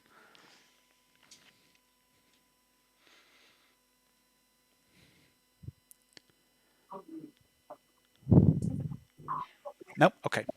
Mr. Pincher. I'm going to put both my guns right up against Mesron's head and pull the triggers on both of them. Okay. She's helpless. I can literally put the I guns. do not want you to roll to hit. But I'm going to try and deflect them both to start with. First one is a miss.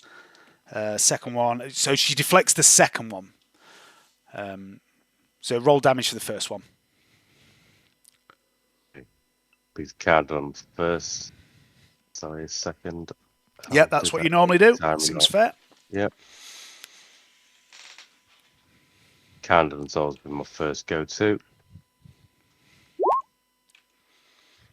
Oh, I'm going to use another fate point to reroll that. Okay. Yeah, one more. So that is ignores that. So that is 4 damage.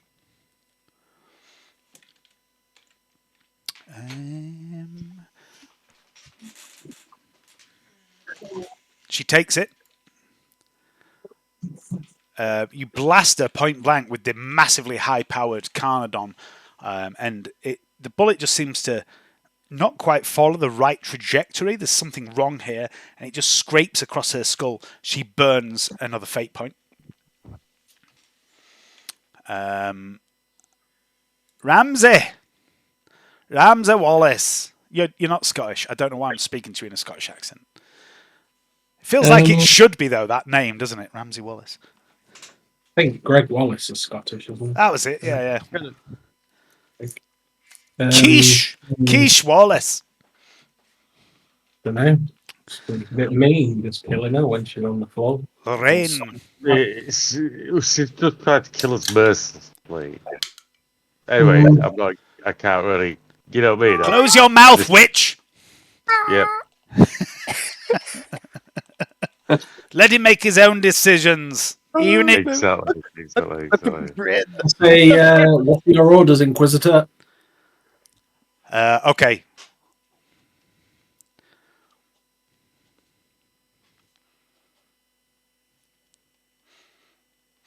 He points at his desk that is halfway across the room and goes, "Bottom drawer! Bottom drawer!" Oh, okay. Bottom drawer. Where's that? It's where the pink rectangle is on the map. Gron booted it over there. Okay. 1, 2, 3. How far away am I from the bottom drawer, Dave? Can I see it? You're right next to the bottom drawer. Cool. But it's Well, now the top drawer because the desk is upside down. Oh, can I open it? You open it and a shitload of fucking devices fall out. A load of technical devices. Do you have tech use? I do. Give me a tech use roll at plus 10.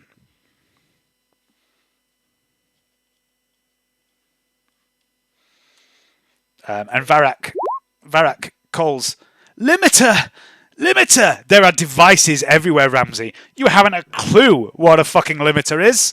You've no idea. Right, I'm going to re-roll it and add plus 10. I should have added plus 10 before. But... Use those fate points. There's no reason to keep them. There's nothing about happen that you would need fate points for.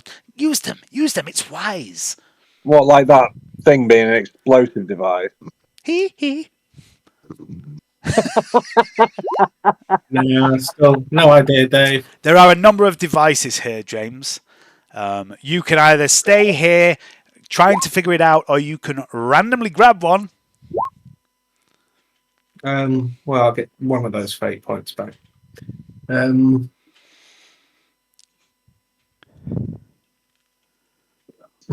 just shout back with the rest of my turn. Fuck does it look like?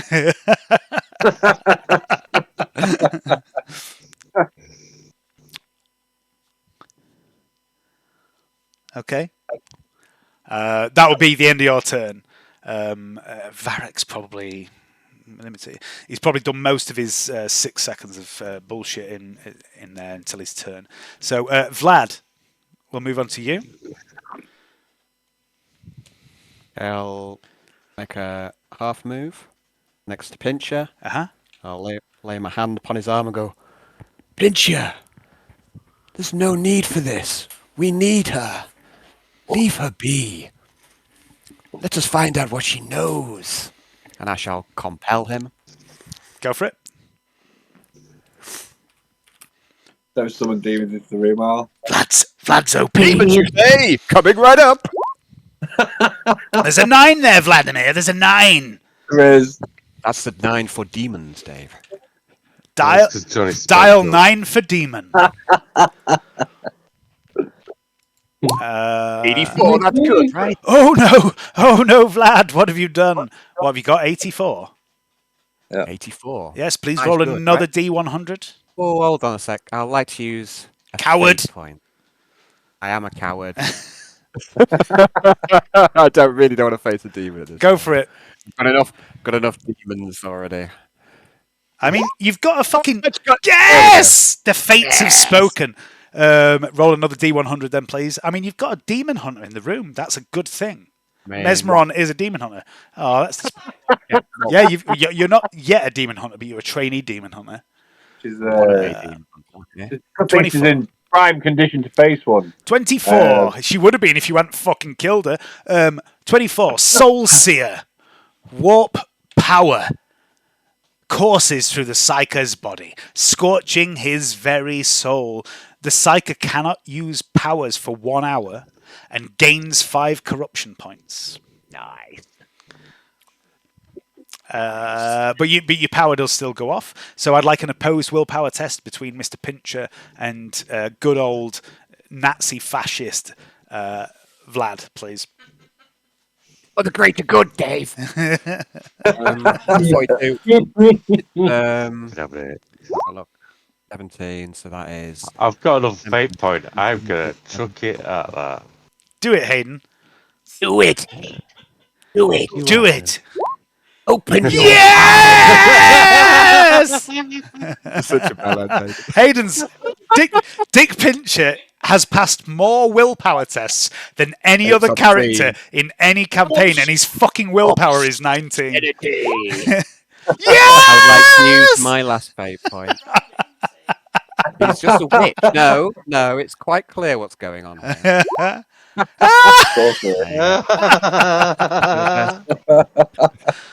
Let me just get this. Let me just note this down. Vlad fails a willpower test versus A Dick. fucking savage.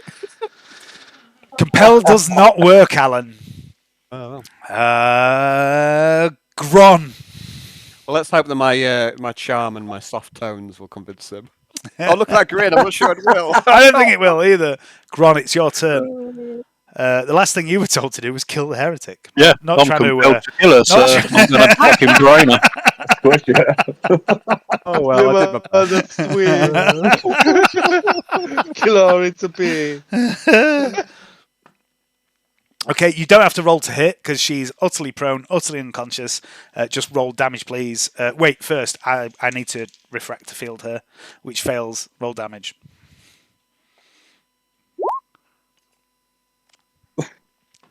Ow. So as you're there trying to manipulate Dick into not killing this woman, Oh well, I never liked her anyway. That nah, she's a bit of a bitch, to be fair. That would be 17. Thought we might make change the habit of a lifetime and keep one of the witnesses / plot leads and maybe interrogate them rather than killing each and every one. I would just like to point out that you told me to kill her. I would also like to point out that I would like to point out that interrogating Antonio Mesmeron would have been a fucking mini game in itself. Yeah. It would have been bizarre. But anyway, so 17 damage. I've just worked out that even if you hit her in the most armored part of her, which is her body, would still be 7 damage, reduced by her toughness, which would be 5 damage, and she's on -6. So she's going to -10, which is an instant kill, and she has no more fate points. So Gron. Where are we? I think we need the Book of Doom for this.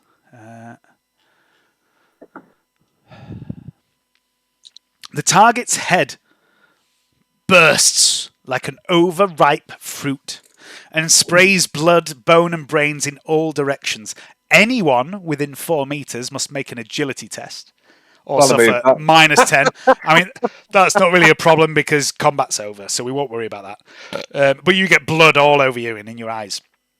However, also, the attack was so powerful that it passes through the target and may hit another target nearby. May. Let me just work this out. Where are you? 1, 2. I've dodged it if it's me. Yeah, I don't think that makes a lot of sense for that to happen, to be honest. Well, he could swing. If you look at... no, because she's a large target and he hasn't got a fucking 3-meter reach. And she's laying on the floor. And she's laying on the floor. So, yeah, you just cave in her skull and she's dead. And immediately, Varak goes, "No! She was the only weapon we had. Unless..." And he looks at Mira. And I'm just gonna have a wee. That's not resuscitating it. Her skull's caving. Mission accomplished. I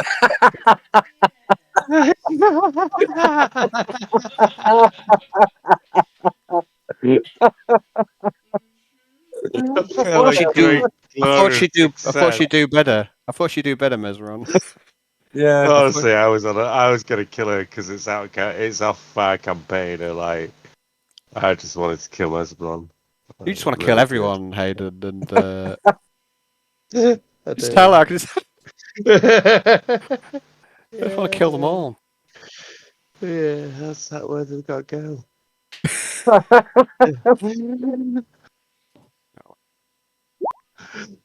Pity. Won't see Mesmeron hand anymore.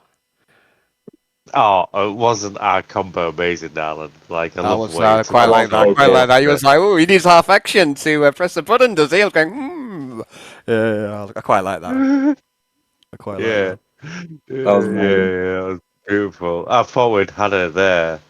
D10's felt a bit weak for a collar. What's strapped around your fucking neck? You know what I mean? Maybe something more that you don't have to go on there with the roll, but. Frag grenade's only 2d10, isn't it? Yeah, and there's not a lot of armor pen on a frag grenade. So she says this.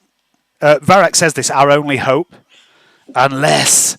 And he looks at Mira. And you'll all remember there's been times where Varrock has showed favoritism to Mira, that he's mentioned something about her being important. And maybe you're starting to piece something together here. And Mira, you've just heard this accusation that she looks like you, and you've seen it yourself, and now she's dead. She's bleeding out, and your master is gripping his side and bleeding to death too. You still hold the device in your hand that blinks faster and faster and faster. What is anyone doing? I'm going to keep moving towards the nearest exit. Right, I kind of know what it is out of character, Dave. Do I know what it is in character? You can make. You haven't made a tech use test for this, have you? No. So yeah, you. I think Canny or Vanetta might know what this is, but I don't think Vlad would. So give me a tech use test. Mira, I don't think. Oh no, you did. You failed, but it's still in your hand and it's still beeping. Use my fate point. No, I've used my fate point. What's that? What's that? What's he got? What's he got there, love? I mean, got a bad feeling about this. Don't trust it. Are there any windows nearby? Chuck it. Get rid of this. Flush it down the toilet, quick. I've got an idea. Sorry, wrong voice. I've got an idea. Yeah, Get your chopper. Oh, I was going to say. I've got an idea, man. Why don't we? Ishmael is good at tech, yeah. Get into the far corner of the building and shoot the shit out of it, like. Ishmael is good at tech, yeah. He's still here. It's just Ed's not here. I could maybe chuck it to Ishmael and say, can you do something about this? That message was sent you, Dave. Yeah. This thing in the drawer. Somebody get rid of it whilst I... Give me an intelligence test with a +10, Gron. See if you know what it is. So what you're saying? I'm going to say, someone sort this or get rid of it while I patch Varrock. Are you still holding it in your hand? Yeah, I'll chuck it to, like, Ishmael. You're throwing it to Ishmael. Or I'll put it on the table. You put it on the table.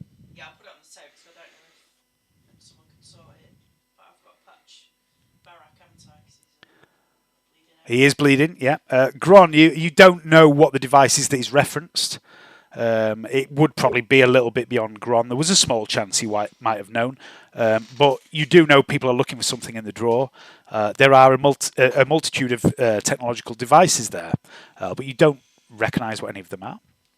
I'll just grab a handful and chuck them over my shoulder. Is that a force weapon I see before me, Dave? It is a force weapon. Let the looting begin. Can I pick up the force weapon? You can. Make a willpower test. Oh, good. Yeah, it's a demon. Excellent. I have made many hints that Mesmeron employs radical tactics. I failed my willpower test. Oh no, it's a fellowship test, but I failed my willpower test. If only I hadn't have to squander my fate points in battling my own companions. But never mind. So be it. You pick up the blade, and it is a huge blade, Vlad. It's far too big for you to use. And as you pick it up, it shrinks. And it How convenient. lowers down to a much more reasonable size. And you hear a voice in your head that says, "Oh, hello there." No. Like the perfect demon of your nightmares. This is going to be really good fun. You thought you were fucking with Hayden when you gave him the fucking axe. Wait until you see this bullshit. So at the moment, there's a lot of chaotic shit going on. Mira has put the device down. Anyone else doing anything in particular? Is it on the table? Mm-hmm. Is there a window nearby? I'd like to swing my eviscerator around and bat this device out the window. There are windows. You see where these purple curtains are? Yep. Each of those is a window because Varrock has a corner office. Okay. I'm gonna pick up the device and then run over to the window and chuck it out.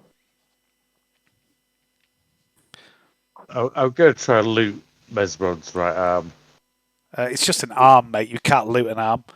No, the armor on her arm. It's Terminator armor. It doesn't just come off. You can't just slide it off. You'd need tech assistant. And even if you take it, you can't wear it. It's not wearable armor. You need excessive modification and training to use it. And it's also the property of the Ordo Malleus. And it's cursed. Back now. We'll have to put it in lost property now. So Dericles, you pick up the device and you run over to the window. And throw it out if I can. You get to the window. The window is closed. You don't see an obvious way of opening it. It's armor glass. You recognise straight away. It's stained armor glass. I'm going to pass it to Varric.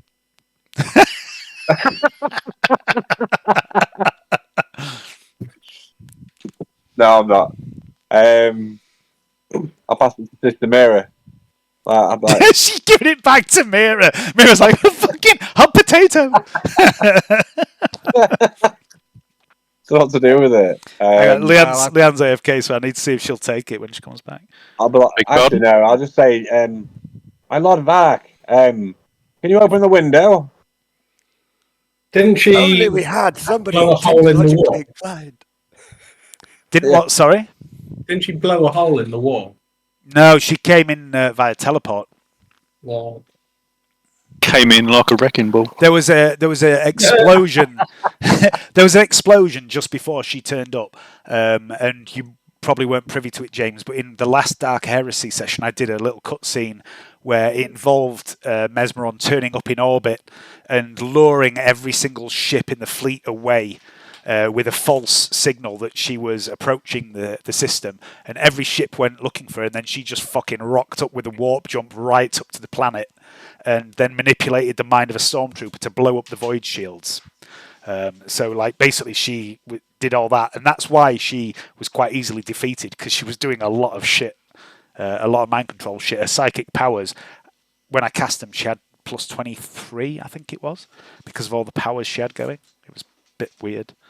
Leanne, Dericles has run over to a window with the device in his hand, realised all the windows are armour glass and shut, and he's just come running back to you and held the device out to you. Give it to Ishmael. When the music stops, somebody blows up. It's like Maybe you should deactivate it or something. So pretty much. So that's like another turn's gone by. So the rest of you, anything you want to do in this turn? For the love of God, boy, give him to the fucking tech priest already. I'll I'm going to start patching Inquisitor. Medicaid, please, at plus 20. I'll pass it over. Ignore Derek, please. Take it over. We give it to Ishmael. Be gone. And then lag it out the room. I'm going to ask Varric if he has another glass of Amsite.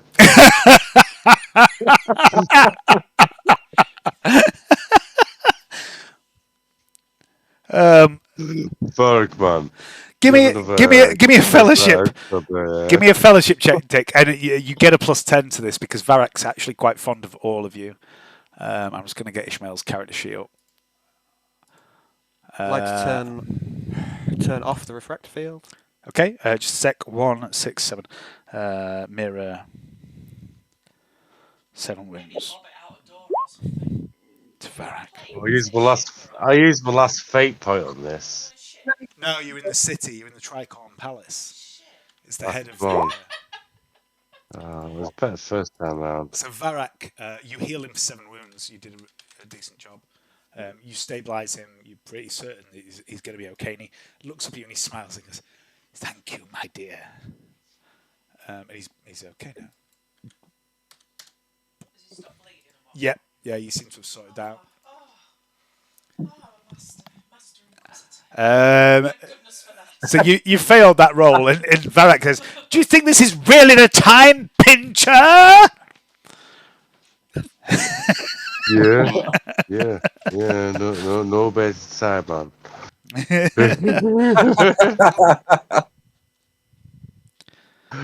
Okay, so That's fucked Dericles, up. what are you doing? Ramsey, Gron, any of you, what are you doing?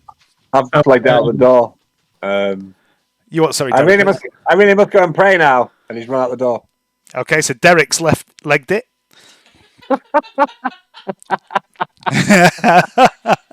device, or just run away? At the other end of the Tricorn Palace. Have you got the device still? No. Where is it? I gave Oh, you gave it to Ishmael. I gave it to Ishmael. Okay, I'm gonna do a tech use test for Ishmael just to see if he knows what this is, and it's a little bit obscure. Not like that. Ishmael's got the device in his hand and he just goes, just shrugs. He has no idea what this is. Gron, Ramsey, what are you doing? I'm putting all of the bits inside the drawer, and I'm going to take the drawer over to the Inquisitor and go, is it too late for these? But yes, I mean, she's pretty limited now, isn't she? And can I look at the device out of the corner of my eye and try and figure out what it is? Oh, the one that Ishmael's got, yeah. Tech use test. Gron, what are you doing? Let's add 10 again. Moving the furniture back. Oh, just. I'd like to go. Gron's just doing feng shui. Okay. I'd like to go back and chat to Gron in my Okay, Ramsey, you recognise what this device is. You probably saw a few of them during your time in the Tulsif 115th. This is a teleport homer. Beep, beep, beep, beep, beep, beep, beep, beep, beep, beep, beep, beep, beep. I'm going to knock it. Can I knock it out of his hand when I realise what it is? You can make an agility test. Right, one sec. Oh, okay. Ishmael's. I've still got 3. Then I'm going to add. With his teleporter. I know, it would have been amazing. Any one of you could have just been blinked onto the reckless, but. Let's add 10 to that. Tell me, describe how you knock it out of his hands. Well, I might just grab it. Okay. Grab it and lob it. All right, you grab it, you lob it. Where are you lobbing it? Anywhere in particular? Oh, let me think. Who the fuck is Abraham? Oh, he's just a servitor that's just dicking about in the room. He's just been stood there with a pile of books for the whole session. He's just standing there like nothing's happening. He's just like...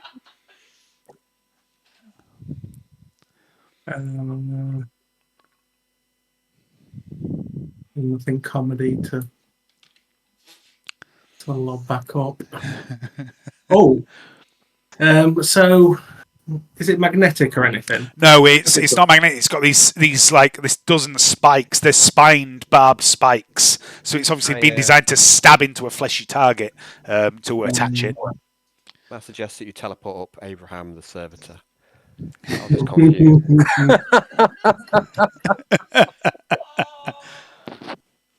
They won't see that one coming. They won't.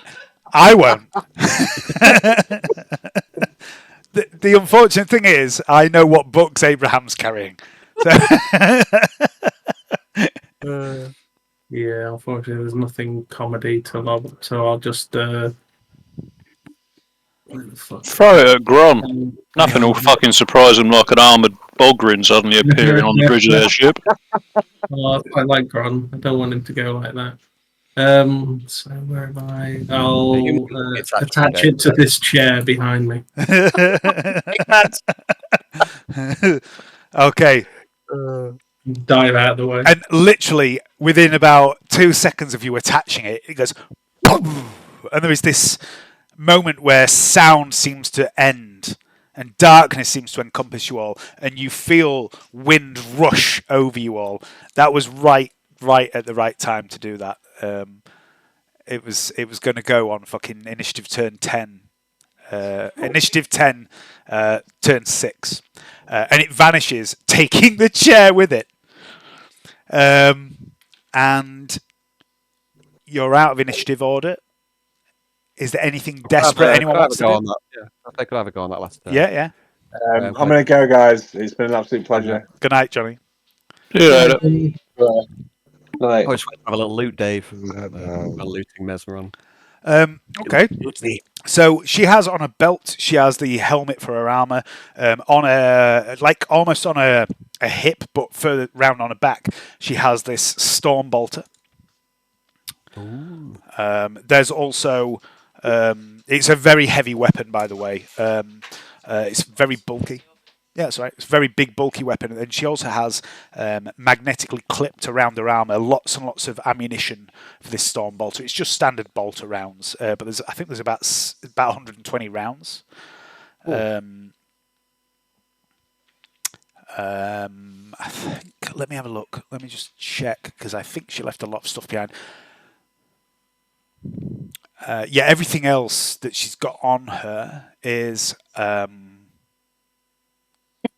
built into her Terminator armor, but she does have a locket around her neck. Okay, we'll have that then. And within it is a lock of brown hair. Oh, she's a softie. And you killed her. We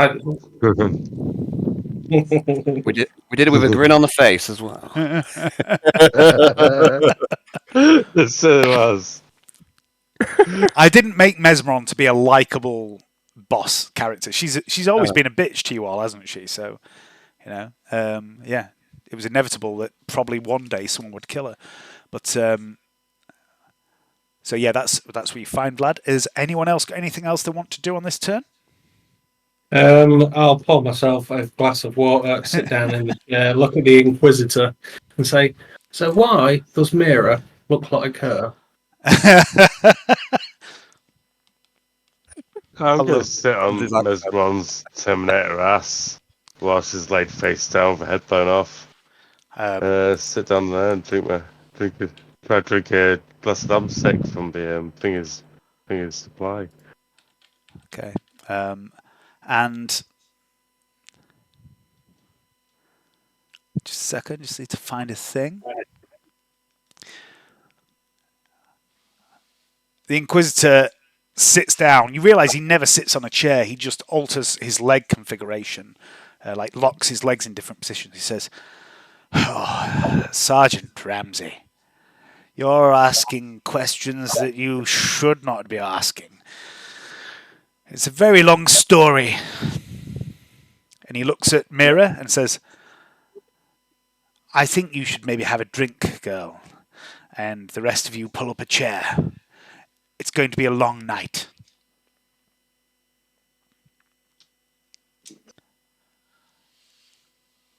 And I'm not going to dive too much into what Varak tells you all, because I don't want Hayden, Johnny, and Dave to know what is told to those characters yet. Okay. Why? That Dave? Because the reason for that is because whoever chooses to switch over to Darker with the characters from this game will have knowledge. So if Hayden does take Dick, Dick will have some knowledge. If Hayden does take Dick, he will have some knowledge of what's gone on. And Alan, you will as well as Vladimir. But also Vlad is going to be trusted with a bit more information because of his nature as a psyker. And so I purposefully don't want everyone to have all the information available to them. I definitely don't want Dave to have any.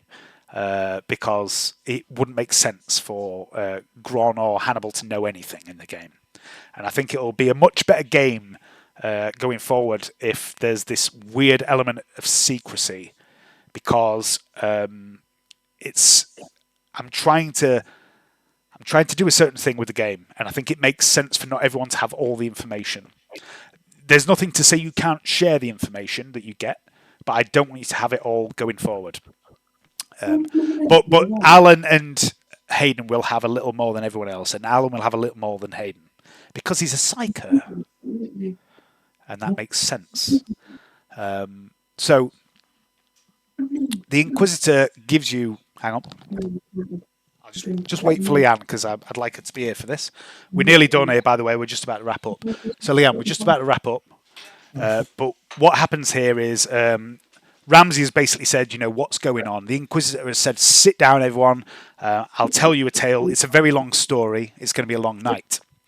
And he tells you things. And one of the things he tells you all is that the Inquisitor, Mesmeron, is, technically speaking, Mira's mother. But not in the sense that she birthed her, you know, carried her in the womb for 9 months and all that. You are the result of certain genetic manipulation using the DNA of others to create people capable of certain things. You are one of those people. And then he turns to the rest of you and says, but it doesn't really stop there. You're all one of those people. You have the blood of Drusus in your veins. And we need you now more than ever. And he does go on to tell you a few things, which I'm not, like I say, going to tell you all in-game because it's only applicable to certain people that will be in the other game. I might tell you later. But I don't want Alan or Hayden to know everything, but I want them both to know different levels of stuff. So he tells you this story, and it's a heavy burden he puts upon you. You realise that basically you're special, and he puts this weight upon your shoulders. And he refers to the legacy of Harlock, and he refers to St. Drusus a lot as he tells you this tale. And you realise that you are all individually part of a very ancient bloodline, although very disconnected and very far removed.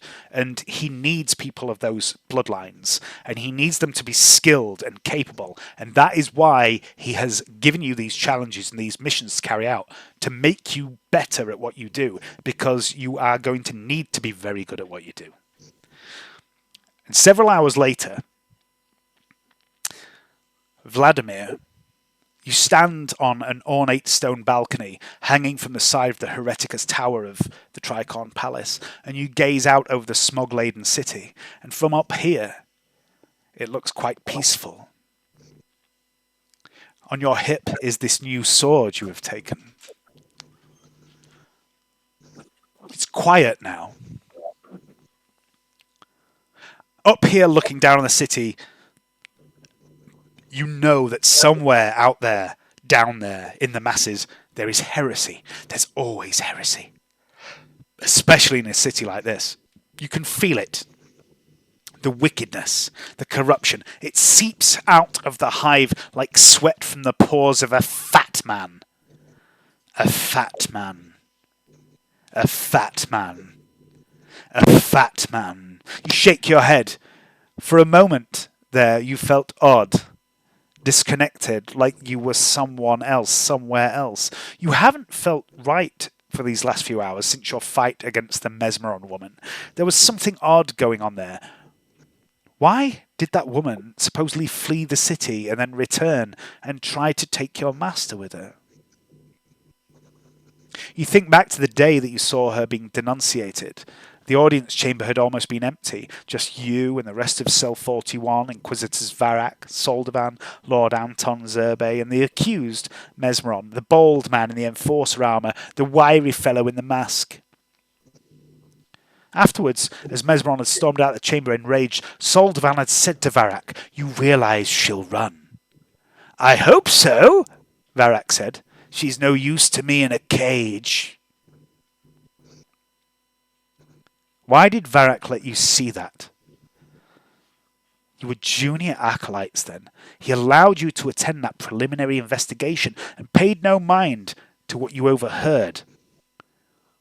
Is there an element of truth to what he says, that you are marked for greatness, that he needs you, you are special? Later, he told you something of the Hereticus Tenebrae, a prophecy concerning something called Comus. the Tyrant Star. He told you that he and others in the Tricorn were dedicated to uncovering, investigating. It didn't seem clear. He was very vague. What is Varrak up to? Long have you suspected your master of being up to something. You have spied on him, Vladimir. You have spirit walked, observed him without his knowledge. One time, you saw him pass through a warded door here in the Tricorn Palace, a door that you could not pass, even in your spirit form. What was in that room? Something lands on the railing of the balcony, Vladimir. Caw! It says. Could it be? Reg? But you saw Reg die, obliterated by Theodosia in the laboratory. But how many other featherless, eyeless, reptile bird things could there be on this world? Caw! Oh, you remember now. The vision, the eggs, the rocks in the waste. This is not Reg. This is Mother! Daughter! Its thoughts come to you unbidden. It hops closer, tilting its head this way and that. Its eyeless face peers at you. Daughter! Murder! It peers at you. You feel its recognition, its obedience. It wants to serve. Daughter! Murder! Tribe! It shows you something. A world of bone. A world of glass. A world of black metal stretching endlessly onwards. A towering city built around a single spire that scrapes the edge of space like a spear thrust into the void. Tribe! It shows you others, your companions, Ramsay and Ishmael, Dick and Dericles. Murder! It shows you its kin. One watches over each of your fellow acolytes. They are safe, you feel. They will be safe without you. Daughter! It shows you a woman you know. Her name is Mira. And a crow watches over her too. Daughter murder tribe, daughter murder tribe. It shows you the woman you fought today. She is alone. She has no tribe now. She has no one to turn to. Mother, the crow thinks. And it shows you how it sees you. And you are radiant. A beacon of brilliant light in a world of darkness. You are the Astronomicon to these birds, as the God Emperor is to the navigators. Father, it thinks. Father of crows. All hail Tissiak.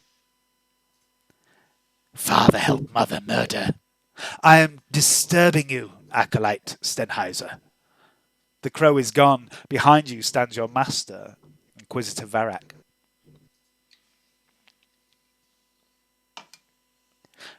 Thank you for today. Thanks to you all. I should have a word with each of you, your companions. I realize it's a lot to take in, but I wanted to ask something of you in private, young Vladimir. Yes. Yes, of course. When I left you in the tutelage of Lady Rathbone, when we returned from Iacanthos, she sent me quite regular reports on your progress. She told me of your skills, your potential. She told me she believed you could be one of the most gifted telepaths she's ever worked with. And she remarked how glad you were, that you were on our side. Considering how easily you can slip into someone's mind and make them do things. Yes, well, it's always that easy. If they employ witchcraft, for example. Well, no, but I was wondering, Vlad, how long can you maintain that ability? How long can you make someone do something against their will? I don't suppose I've ever pushed the limits.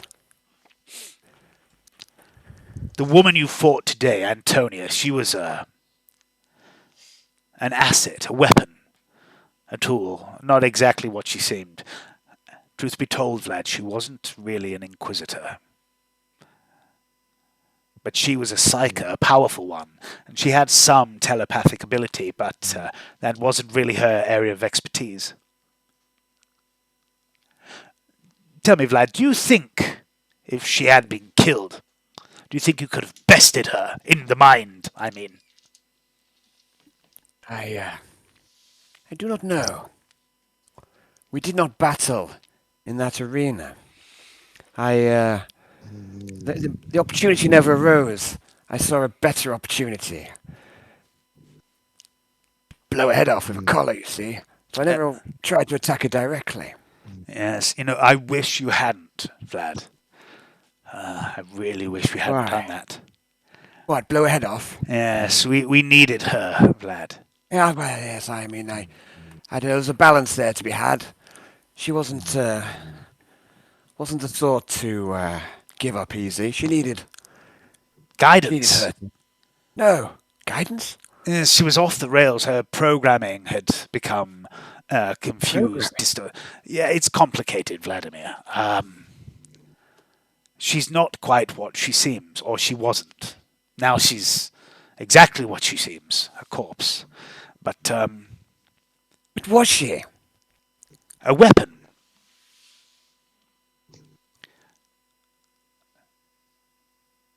There will come a time, Vladimir, as there does for all of us, when we realize that sometimes the best way to defeat the enemy is to use their own weapons against them. I see. One day you will understand what I mean. But until then, know that Inquisitor Mesmeron was a weapon. One of my creations. That's a very good one. Well, she was sabotaged. Somebody sent her an old enemy after her, one that undid some of her programming, and well, it fucked with her brain, to put it simply. And now she's dead. And so, Vlad, I'm going to need someone to step in where she left off. In light of his recent service, Interrogator Medan is soon to move on to bigger and better things. I've put him up for promotion to Junior Inquisitor, which means I will be in need of a new interrogator myself, Vladimir. I'd like to offer you the position. I would be honored, sir. Good. You should be. My companions, they always kill anyone before we get the chance to interrogate them.